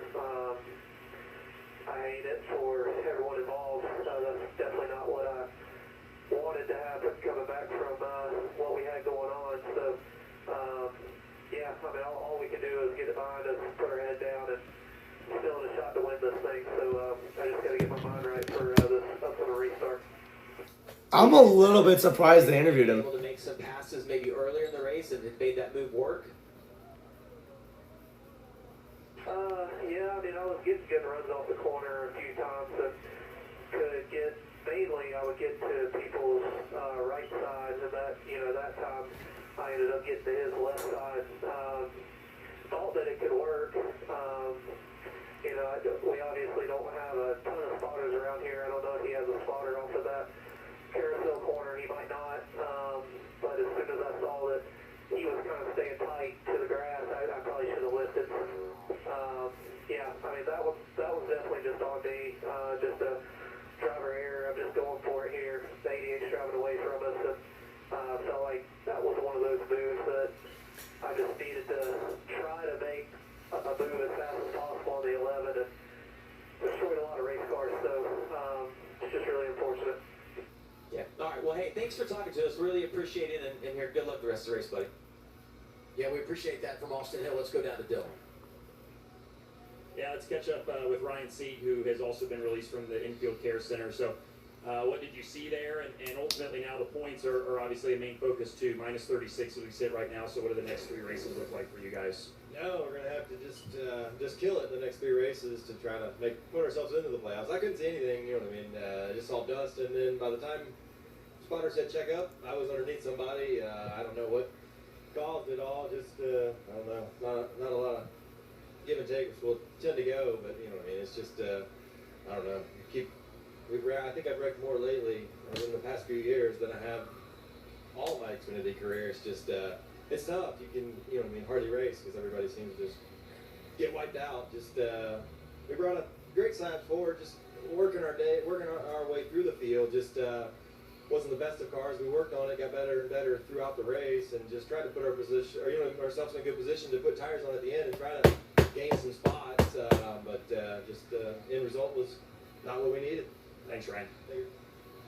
Yeah, Dylan referenced the points situation, and they've been on such a climb. And unfortunately, the momentum comes to a halt today, and now the pressure is on with what will be 3 races to go as we exit Watkins Glen. They're bringing some concrete over to try and help reinforce. Wow, they're still cleaning up between turns 5 and 6. They've already brought in at least one of those concrete barriers. They're still cleaning that. Wow. Barrier that is there, and to do this on the fly is very, very challenging. But Wow. All right. Hot spot this area of the track is, and if you're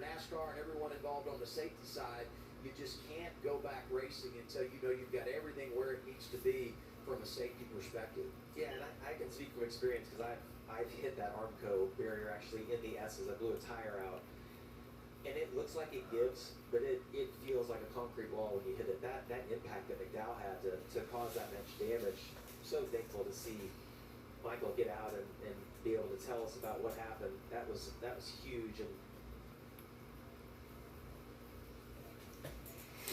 the wall repair continues here at Watkins Glen. We sit All right. It's the NASCAR Xfinity Series. Still not done yet.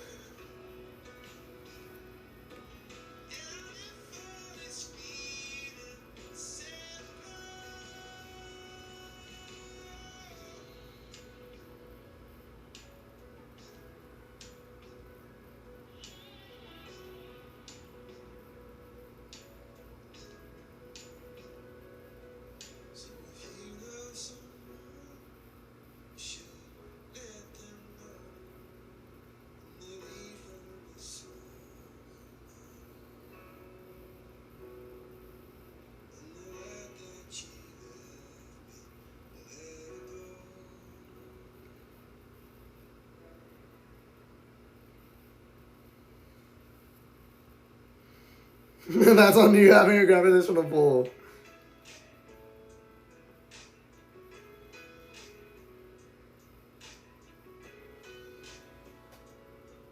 Welcome back, Austin Hill, yo.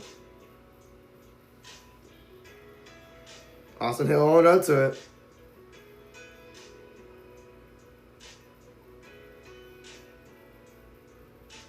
Fat ass burrito bulldozer. Yeah, I'll be right back.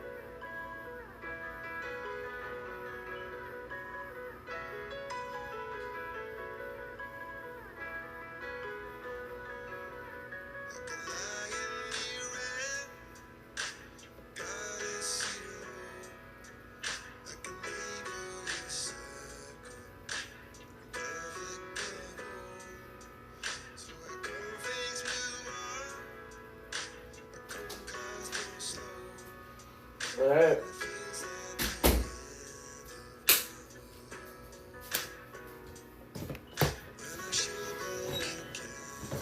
Did she just kill Thea Hale?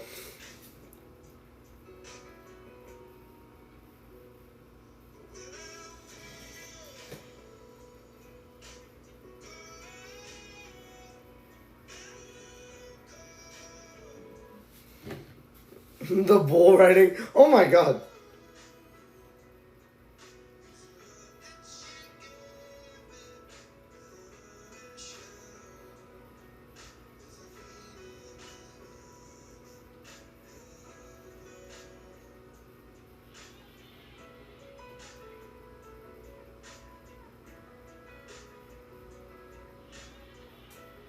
What?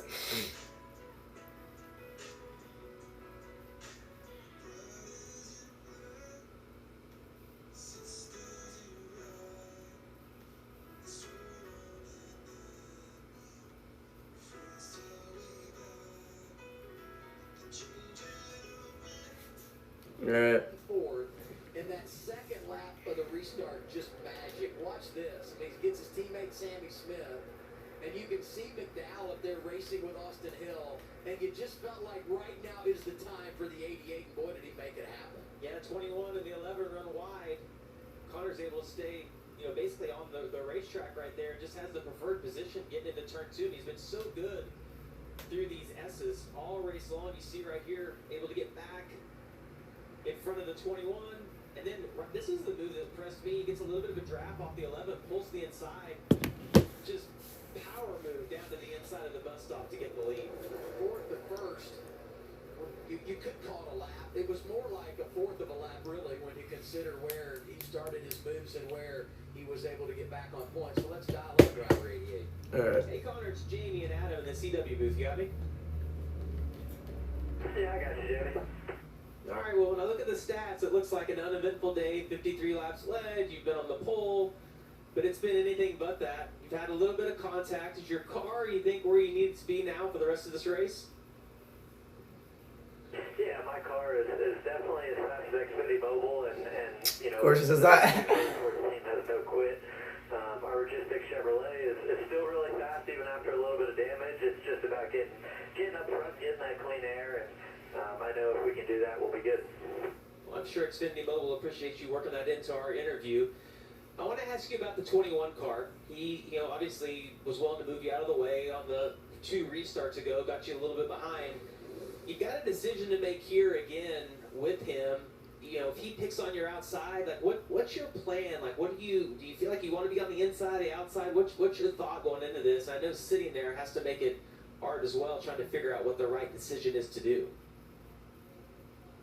Yeah, I sure don't want him on my inside after seeing what he did last time. So I think I just got to do a better job keeping him outside of me. But hopefully he doesn't line up behind me and do the same thing again. But yeah, I feel like I've raced him clean. But as you can see with me and the contact with the 11, he's not trying to do the same.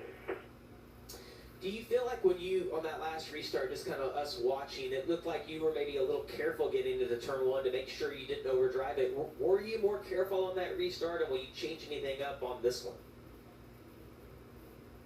I was more so backing it up in case he hit me so that I had a little bit of room to give. But yeah, I don't really know. I think he had his mind set on moving me out of the way, and that's just kind of how it is. So we'll see what happens here. I'm sure it's going to happen again if he gets behind me, but I'll do my best to not let him get behind me and try and get through turn 1 cleanly. All right, man. Well, it's been fun to watch the speed of the 88 car all day long today. It's been amazing. How quick you've been. You said this is your favorite track, and I think all of us watching at home know why now. I'm a little biased. You talk about that restart where Zilich and Hill got to. So I remember earlier in the stream I was naming all of Connor Zilich's wins this year. I forgot Pocono. Yep. So he's won at a triangle. Okay, so he's won at 2 road courses, a triangle, an oval, and a rectangle. He's gonna win at a square next. I'm kidding. They've got a great race car, been fast today, could take advantage. Sam Mayer, who's won here. That's insane. The entire the amount of tracks with shapes he's won at. What a day that could be had here. I wonder how hot it is in Watkins Glen for them to just stay in the car this entire time. Has been through really good in practice, been good on the road courses this year, the rookie driver. And then he has an incident late in practice, can't even make a qualifying run. Through some strategy, got in the top 15, but then they have an unscheduled pit stop, lost a lot of ground, but he finds himself 6th late.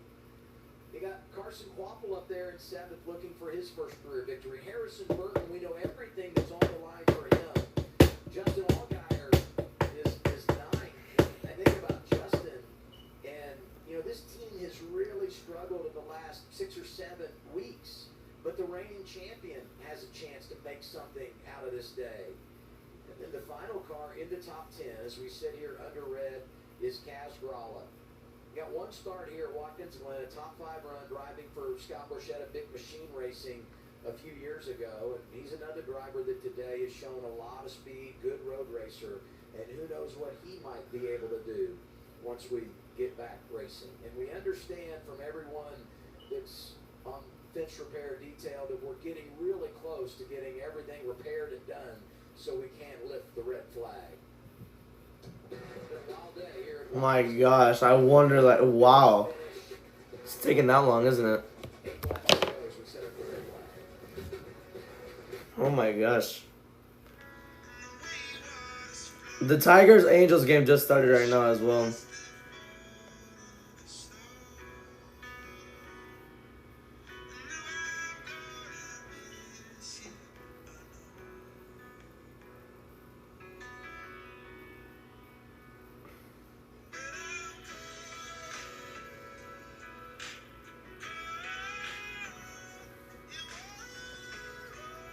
I don't think Austin Hill did that on purpose, but he's putting officials in a really tough spot.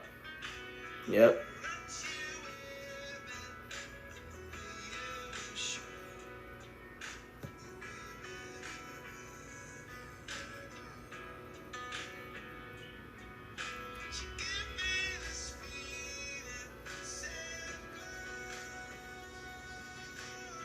Austin Hill, what is not a super speedway race?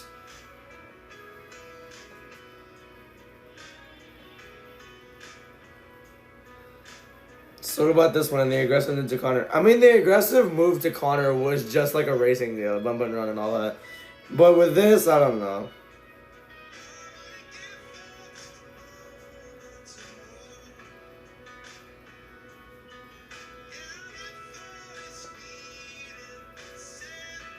Save one song? I have no idea what any of these songs are, so no.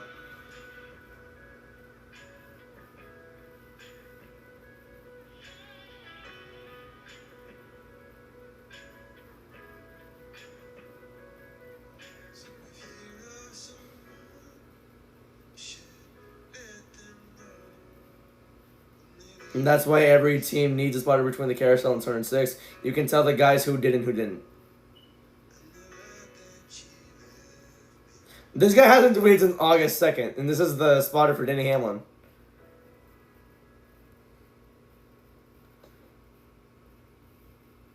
Austin Hill should be banned from NASCAR, and I'm not joking. Oh.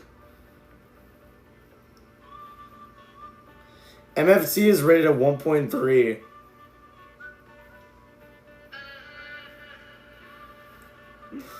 Oh, a cage match.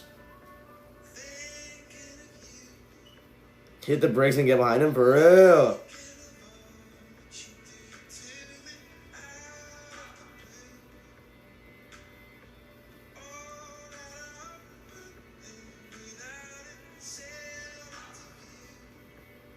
What? I'm not gonna read that because it doesn't need to be read.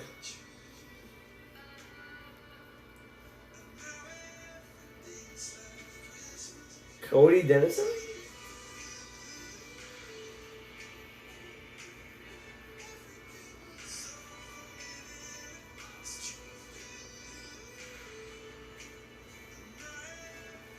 That was a big hit, yeah. Weird. It's not even Christmas. What am I doing here? Me going back in time to tell myself in 2020 not to be a Sheldon Creed fan. Yeah. That's messed up, dude. 6'10" high school wide receiver. I would kill myself if I was on the same team as him. There's no way I'm gonna be better than someone like him. So yeah, I'm just done. End it all. What did they? Did they just boot it off? Okay, no, because it's got the logo with the red on it. Hey everyone, it's Austin Dillon. Getting ready to cheer on my Carolina Cowboys on the CW. They're taking on the Oklahoma Wildcatters and JB Moody tonight. Let's go Cowboys, get that win. Hey, good luck to my Here the Cowboys playing like, I don't know how long. Chris shows me the real Carolina Cowboy is. Let's go. These two groups of Titans coming up after the race. All right, back here at Watkins, Glen, start the bull safety vehicles. PBR Bull Riding Team Series next on the CW if anyone cares. For the most part, so shouldn't be long before we go back under the caution. Oh? We've been under red for quite some time. Yeah, we've been in a red. It feels like a rain delay, and it's not even raining. Sam Mayer sitting fourth on track and having another good day. Dial him up here, Jamie. All right. Hey, Sam, it's Jamie and Adam in the CW booth. You got it? Yeah, what's up, fellas? Well, we're sitting here waiting on the restart. Appreciate you talking to us. You're in a great position right here. I know you've won at this track before. Great road racer. Got two guys that have had a little contact earlier in the race in front of you. Tell us what your thoughts are right now. Yeah, I mean, we put ourselves in a really good spot here. I feel like we can kind of watch what happens on the restart and make our decisions from there. So, really proud of everyone on the Top Factory team. This all go forward Mustang is certainly fastest Xfinity Mobile. We maybe need to be a little bit faster to catch up to the guys up front if it's a long green flag run, but short run speed, I feel like we're really good. So maybe one more caution after this, and we'll be in a really good spot. All right, man. Well, I appreciate you talking to us. Good luck the rest of the race. Yeah, thanks. God knows we need it. I would say on this restart, it may not be as much about speed as it is about being right place. I think survival. Right Survival, yeah, is survival is the word another that, word. that comes to my mind as we get down to, what is that? Look at that. He's looking. Is that a picture? Bro is taking high quality pictures with those binoculars. He does. Oh my goodness.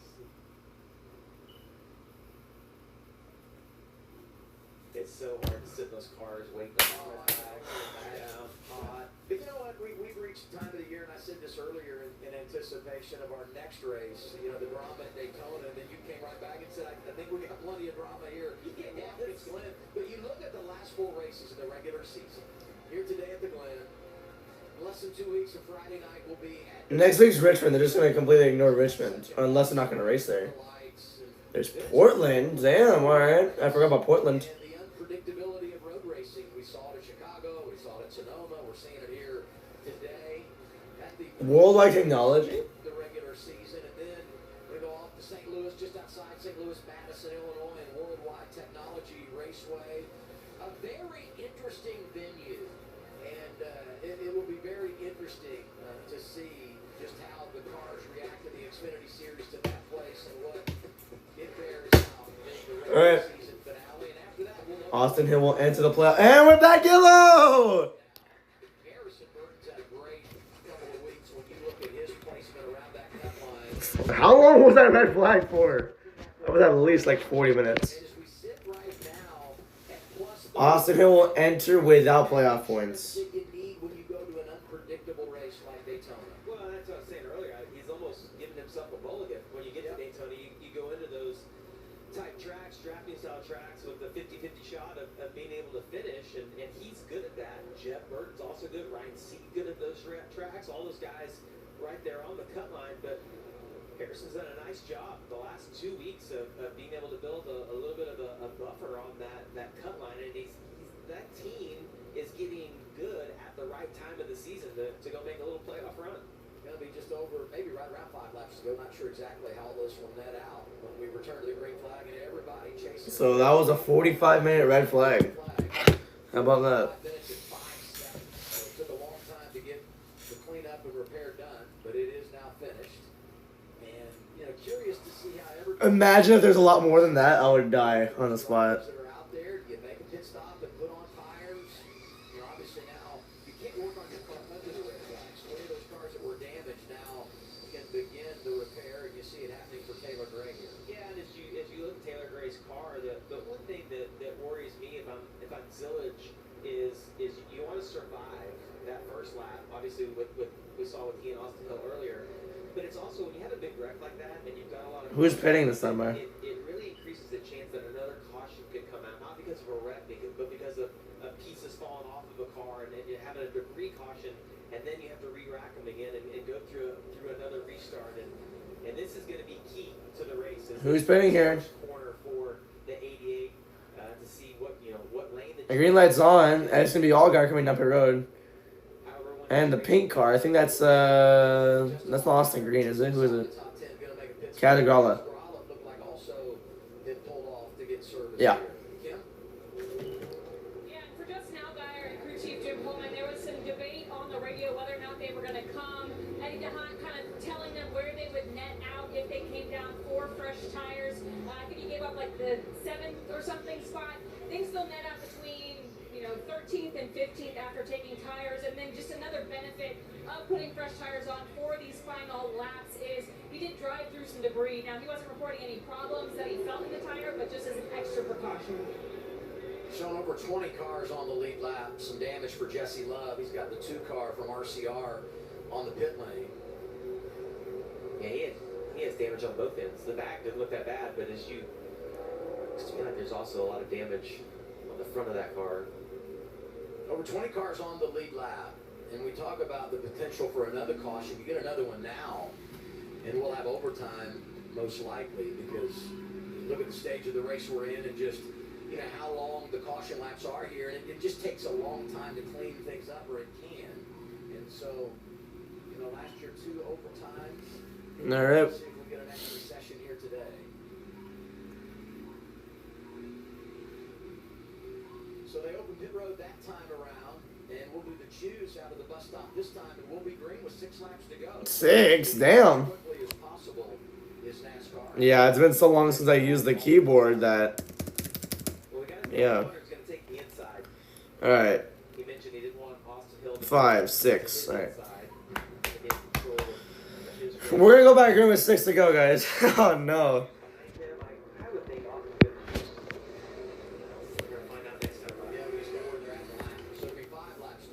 Oh, they just added another lap. Okay, I'm gonna kill myself.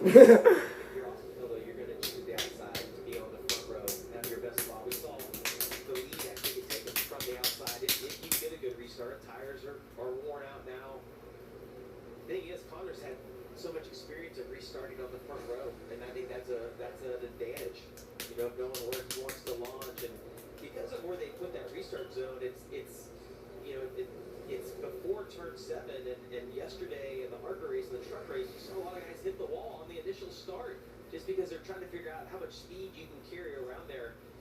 You look right there between those 2 white lines is where you're going to accelerate, and I think it's caught some guys off guard, but Connor's done a really good job being on the inside of being able to get a good clean launch. Let's get an update on driver 16, Christian Cactus, having a good day in position for a good day, Dylan.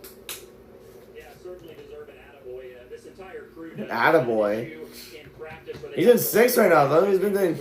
Started 36th. Turn number 1 didn't get to qualify, and so they started 36. But talked with Christian before the race. He said this is, I think, the best road course car we've had all year. So was extra disappointed to have to start so far back, but felt like if they could survive some of the calamity, that they were going to have a good race car. So they've done that. They're in position right now to potentially battle it out for the win.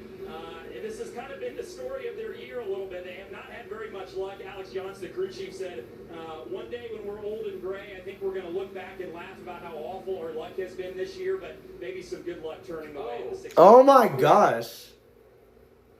Yeah, it looks like an issue for the 48 Adam. Yeah, Nick Sanchez under caution. And this is coming out of the carousel, and he's in the tire barrier here. It'll be 4 to go.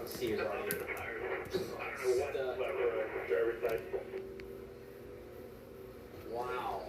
I heard her say, I don't know what broke. He just has no steering right there. Look at that. Yeah, I mean, it was fine, and then it just went straight. I think he's got a left front tire. Well, it doesn't look to me like the right front was even turning. It's almost like something in the steering broke. Well, I think about those drivers that made a pit stop. And you want to bring on all the laps they can get, and you lose one because we were set to go back under the green flag. We thought was 6 to go. NASCAR adds a lap. It's going to be 5 to go, and now this. Yeah, this is going to take a second to get hooked onto, and fortunately, it's not too far from the pits where they are right there. We had said at least a lap though. Yeah, we said if we get another caution, we're looking at overtime. We might get overtime without another caution, depending on how long this takes. So we'll take a break as they no way. Out, and we'll go green when we return. This race is just a mess at this point now. Watkins, Glen on CW.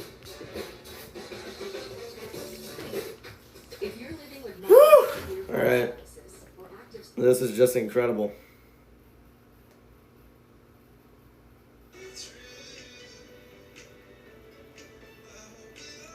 Giants down 4-2 in the bottom of the ninth. They have 2 outs left.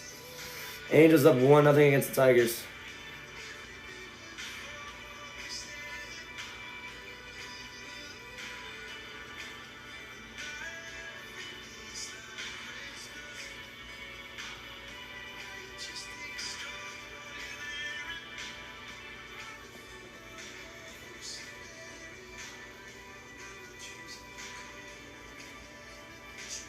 Glad right now. Oh my gosh.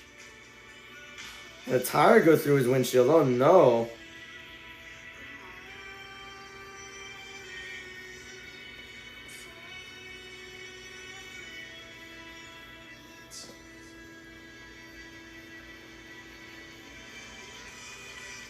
The race 2013.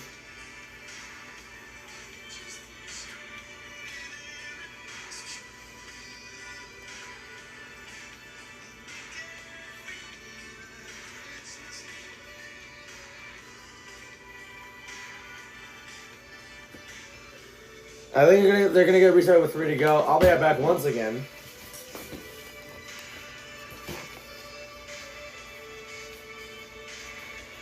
Alright, enough of that.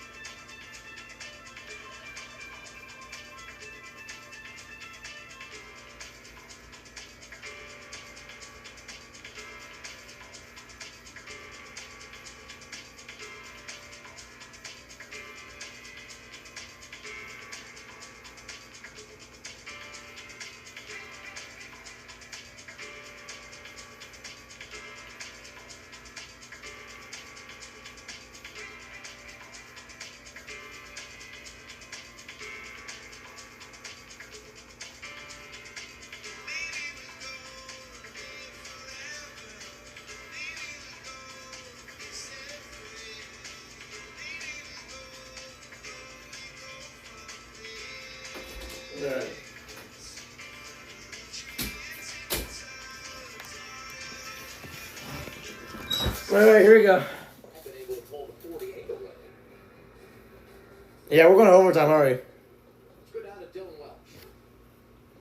And let's give you a Toyota driver update on Brandon Jones, who runs in the 8th spot. I want to go back to a fortuitous comment that he made to me earlier this morning. He said, based on the truck race yesterday and how the end of these Xfinity races sometimes go. That's the picture is so distorted now because of that. What's it called? Because of the message saying, how do I even say it? I hate this, but sometimes history repeats itself. He was in a great spot last year. We're finally choosing. You know, it was Crash Lake, so hopefully that doesn't happen here for Brandon Jones. Won an ARCA race here a few years ago. As we get to choose, going to be 4 to go when we go green. What about that? Austin Hill elects not to take the front row, chooses right behind Zillage. Yeah, he's gonna punt Zillage going into turn number 1. Guard right here, getting in the turn. He talked about backing that corner up a little bit, kind of knowing there was going to be contact. Keep control of your car. Yeah, because like the picture is so distorted now because of the message saying the bull riding or whatever it was is starting on the CW app. Start on the front row together, but insert the 8 instead of the 9. Sammy Smith is there and in position. Yeah, if you're Zillage, you got to just hope you get a tremendous launch and that you can get through turn 7 and have a car and a half, 2 car length gap from Austin Hill getting down into turn 1. Finally, after basically an hour since that last big wreck, we're going to go back to green with 4 laps to go. Zillage and Sammy Smith lead the way through. Green flag back in the air. 4 laps to go. Here Watkins Glen, what a push the 8 got. Green flag waves, and he's going to get the advantage going in turn 1. How about Sammy Smith, right? My goodness. Oh, yeah, but Zillage closed the gap along with Sam Mayer. Oh, we have a crash. 3 wide Mayer trying making a dive down low. Connor Zillage now takes the lead. And away Zillage trying to start driving. There's a car spinning out. I'm hoping that doesn't cause a caution. Please don't. There's already been a big enough shit show. We don't need another one. Now coming on the bus stop, I think that might be it if this race goes green all the way because Zillage is already getting a good gap ahead of everybody else. Smooth run in the bus stop right here as Quapple into the dust. Almost wrecks like 4 cars right there. Nearly wrecked Austin Green, Eke St. Augard. But everyone keeps going as we're about to approach 3 laps to go here in Watkins Glen. Yeah, we haven't really talked about tires at all today, Adam, but you're right. Tremendous restart for him. Finds himself Goodness. Gonna have a great point stake for all there, even though Zillage might go on to win this. He might go on to win this. I don't know. Brandon Jones now with Christian Neckes. Now 3 laps to go in the race here. Who went around? That was Rhett's lap that went around. Nothing too insane. He was able to get it back going again, though. So, cool there. Oh, man. I mean, this is muscling up late in the race. That 3 car sideways, just incredible. Yeah, Allgaier in the perfect position right there. Man. Interesting there. Sammy Smith in second, though. That's very interesting. Didn't Sammy Smith almost win a race at Rockingham? Like, did he win? Or no, I keep forgetting if it was Jesse Love or him. Because somebody won Rockingham, but the win was immediately just discounted. So, or it was, the car was illegal in post-race inspection. So, I don't even know. Sam Mayer got the win in Iowa. Yeah, never mind. They're not going to win any of this, so never mind. As they're going to come down to 2 to go. Zilich still going strong. Oh, Allgaier. Gosh.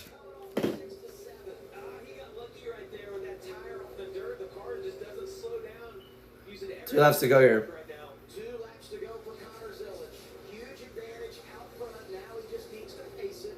Mayer is second. Sammy Smith is third. Hill is falling back to fourth. And that battle for fifth continues between teammates Quapple and Allgaier. And if you're Justin right here, you're going to try to set him up. Get a little bit of a run here at the top of the hill so you can make that pass into the bus stop. It looks to me like the 7's really good in the braking zone. Those tires a little bit more grip. Wow. On older tires. See, Justin, he just can't generate the run he needs in the right area there right here at the track. And you want to race hard, you want to get the position, but you don't want to bring out a caution with your teammate leading coming to the white flag. I'm not sure how much that is on his mind. For JRM Chevys in the top 6. Zilich is leading off the carousel.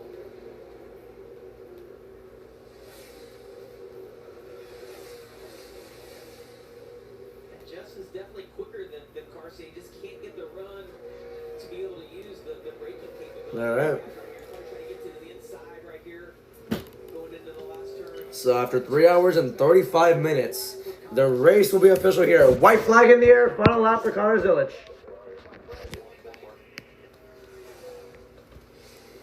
Well, that was it, everybody. Man, this was way too wild. It was great racing when there was no cautions, but then when the cautions came out, it turned into a shit show. Like Rockingham, honestly. Rockingham was such a crapshoot. Talk about the stock being up. A season ago, he came here, first career start, wins the pole, wins the race. A year later, he is dominating in his rookie campaign in the Xfinity Series. Connor Zilich now, just zooming in the corners.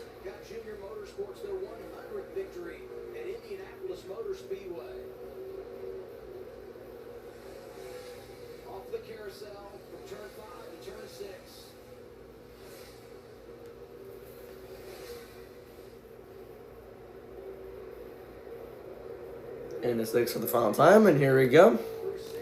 We're gonna cruise all the way to the line. Win number 6 for Connor Zilich, and it's gonna be a career win number 7, second straight Watkins Glen win. Connor Zilich wins.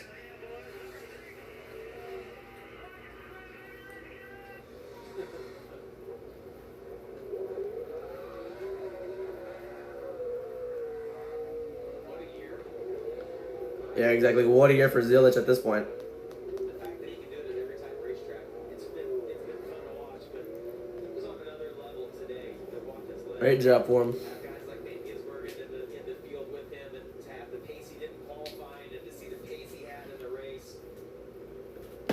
Special day for that young man. 11 straight top 5. That's tied for 3rd all time with some elite drivers: Kyle Busch, Jack Ingram, Sam Ard.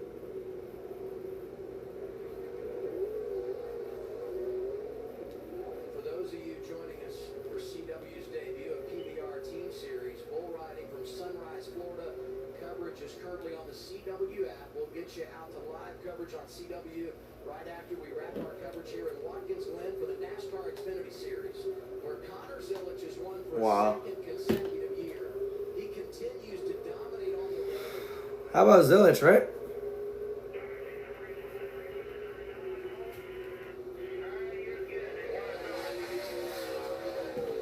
Just burning that thing down. That's a new track record in the Xfinity Series, but Zilich leading 60 laps, Jamie. He's now 7th all-time when you talk about laps led on the road in the Xfinity Series, and he's made only 6 starts. Just remarkable. 7 wins in a row on the road for Junior Motorsports. 19 years old, right? Just turned 19 years old.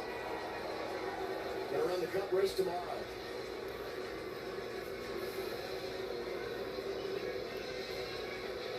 Thirteenth win this season for Junior Motorsports.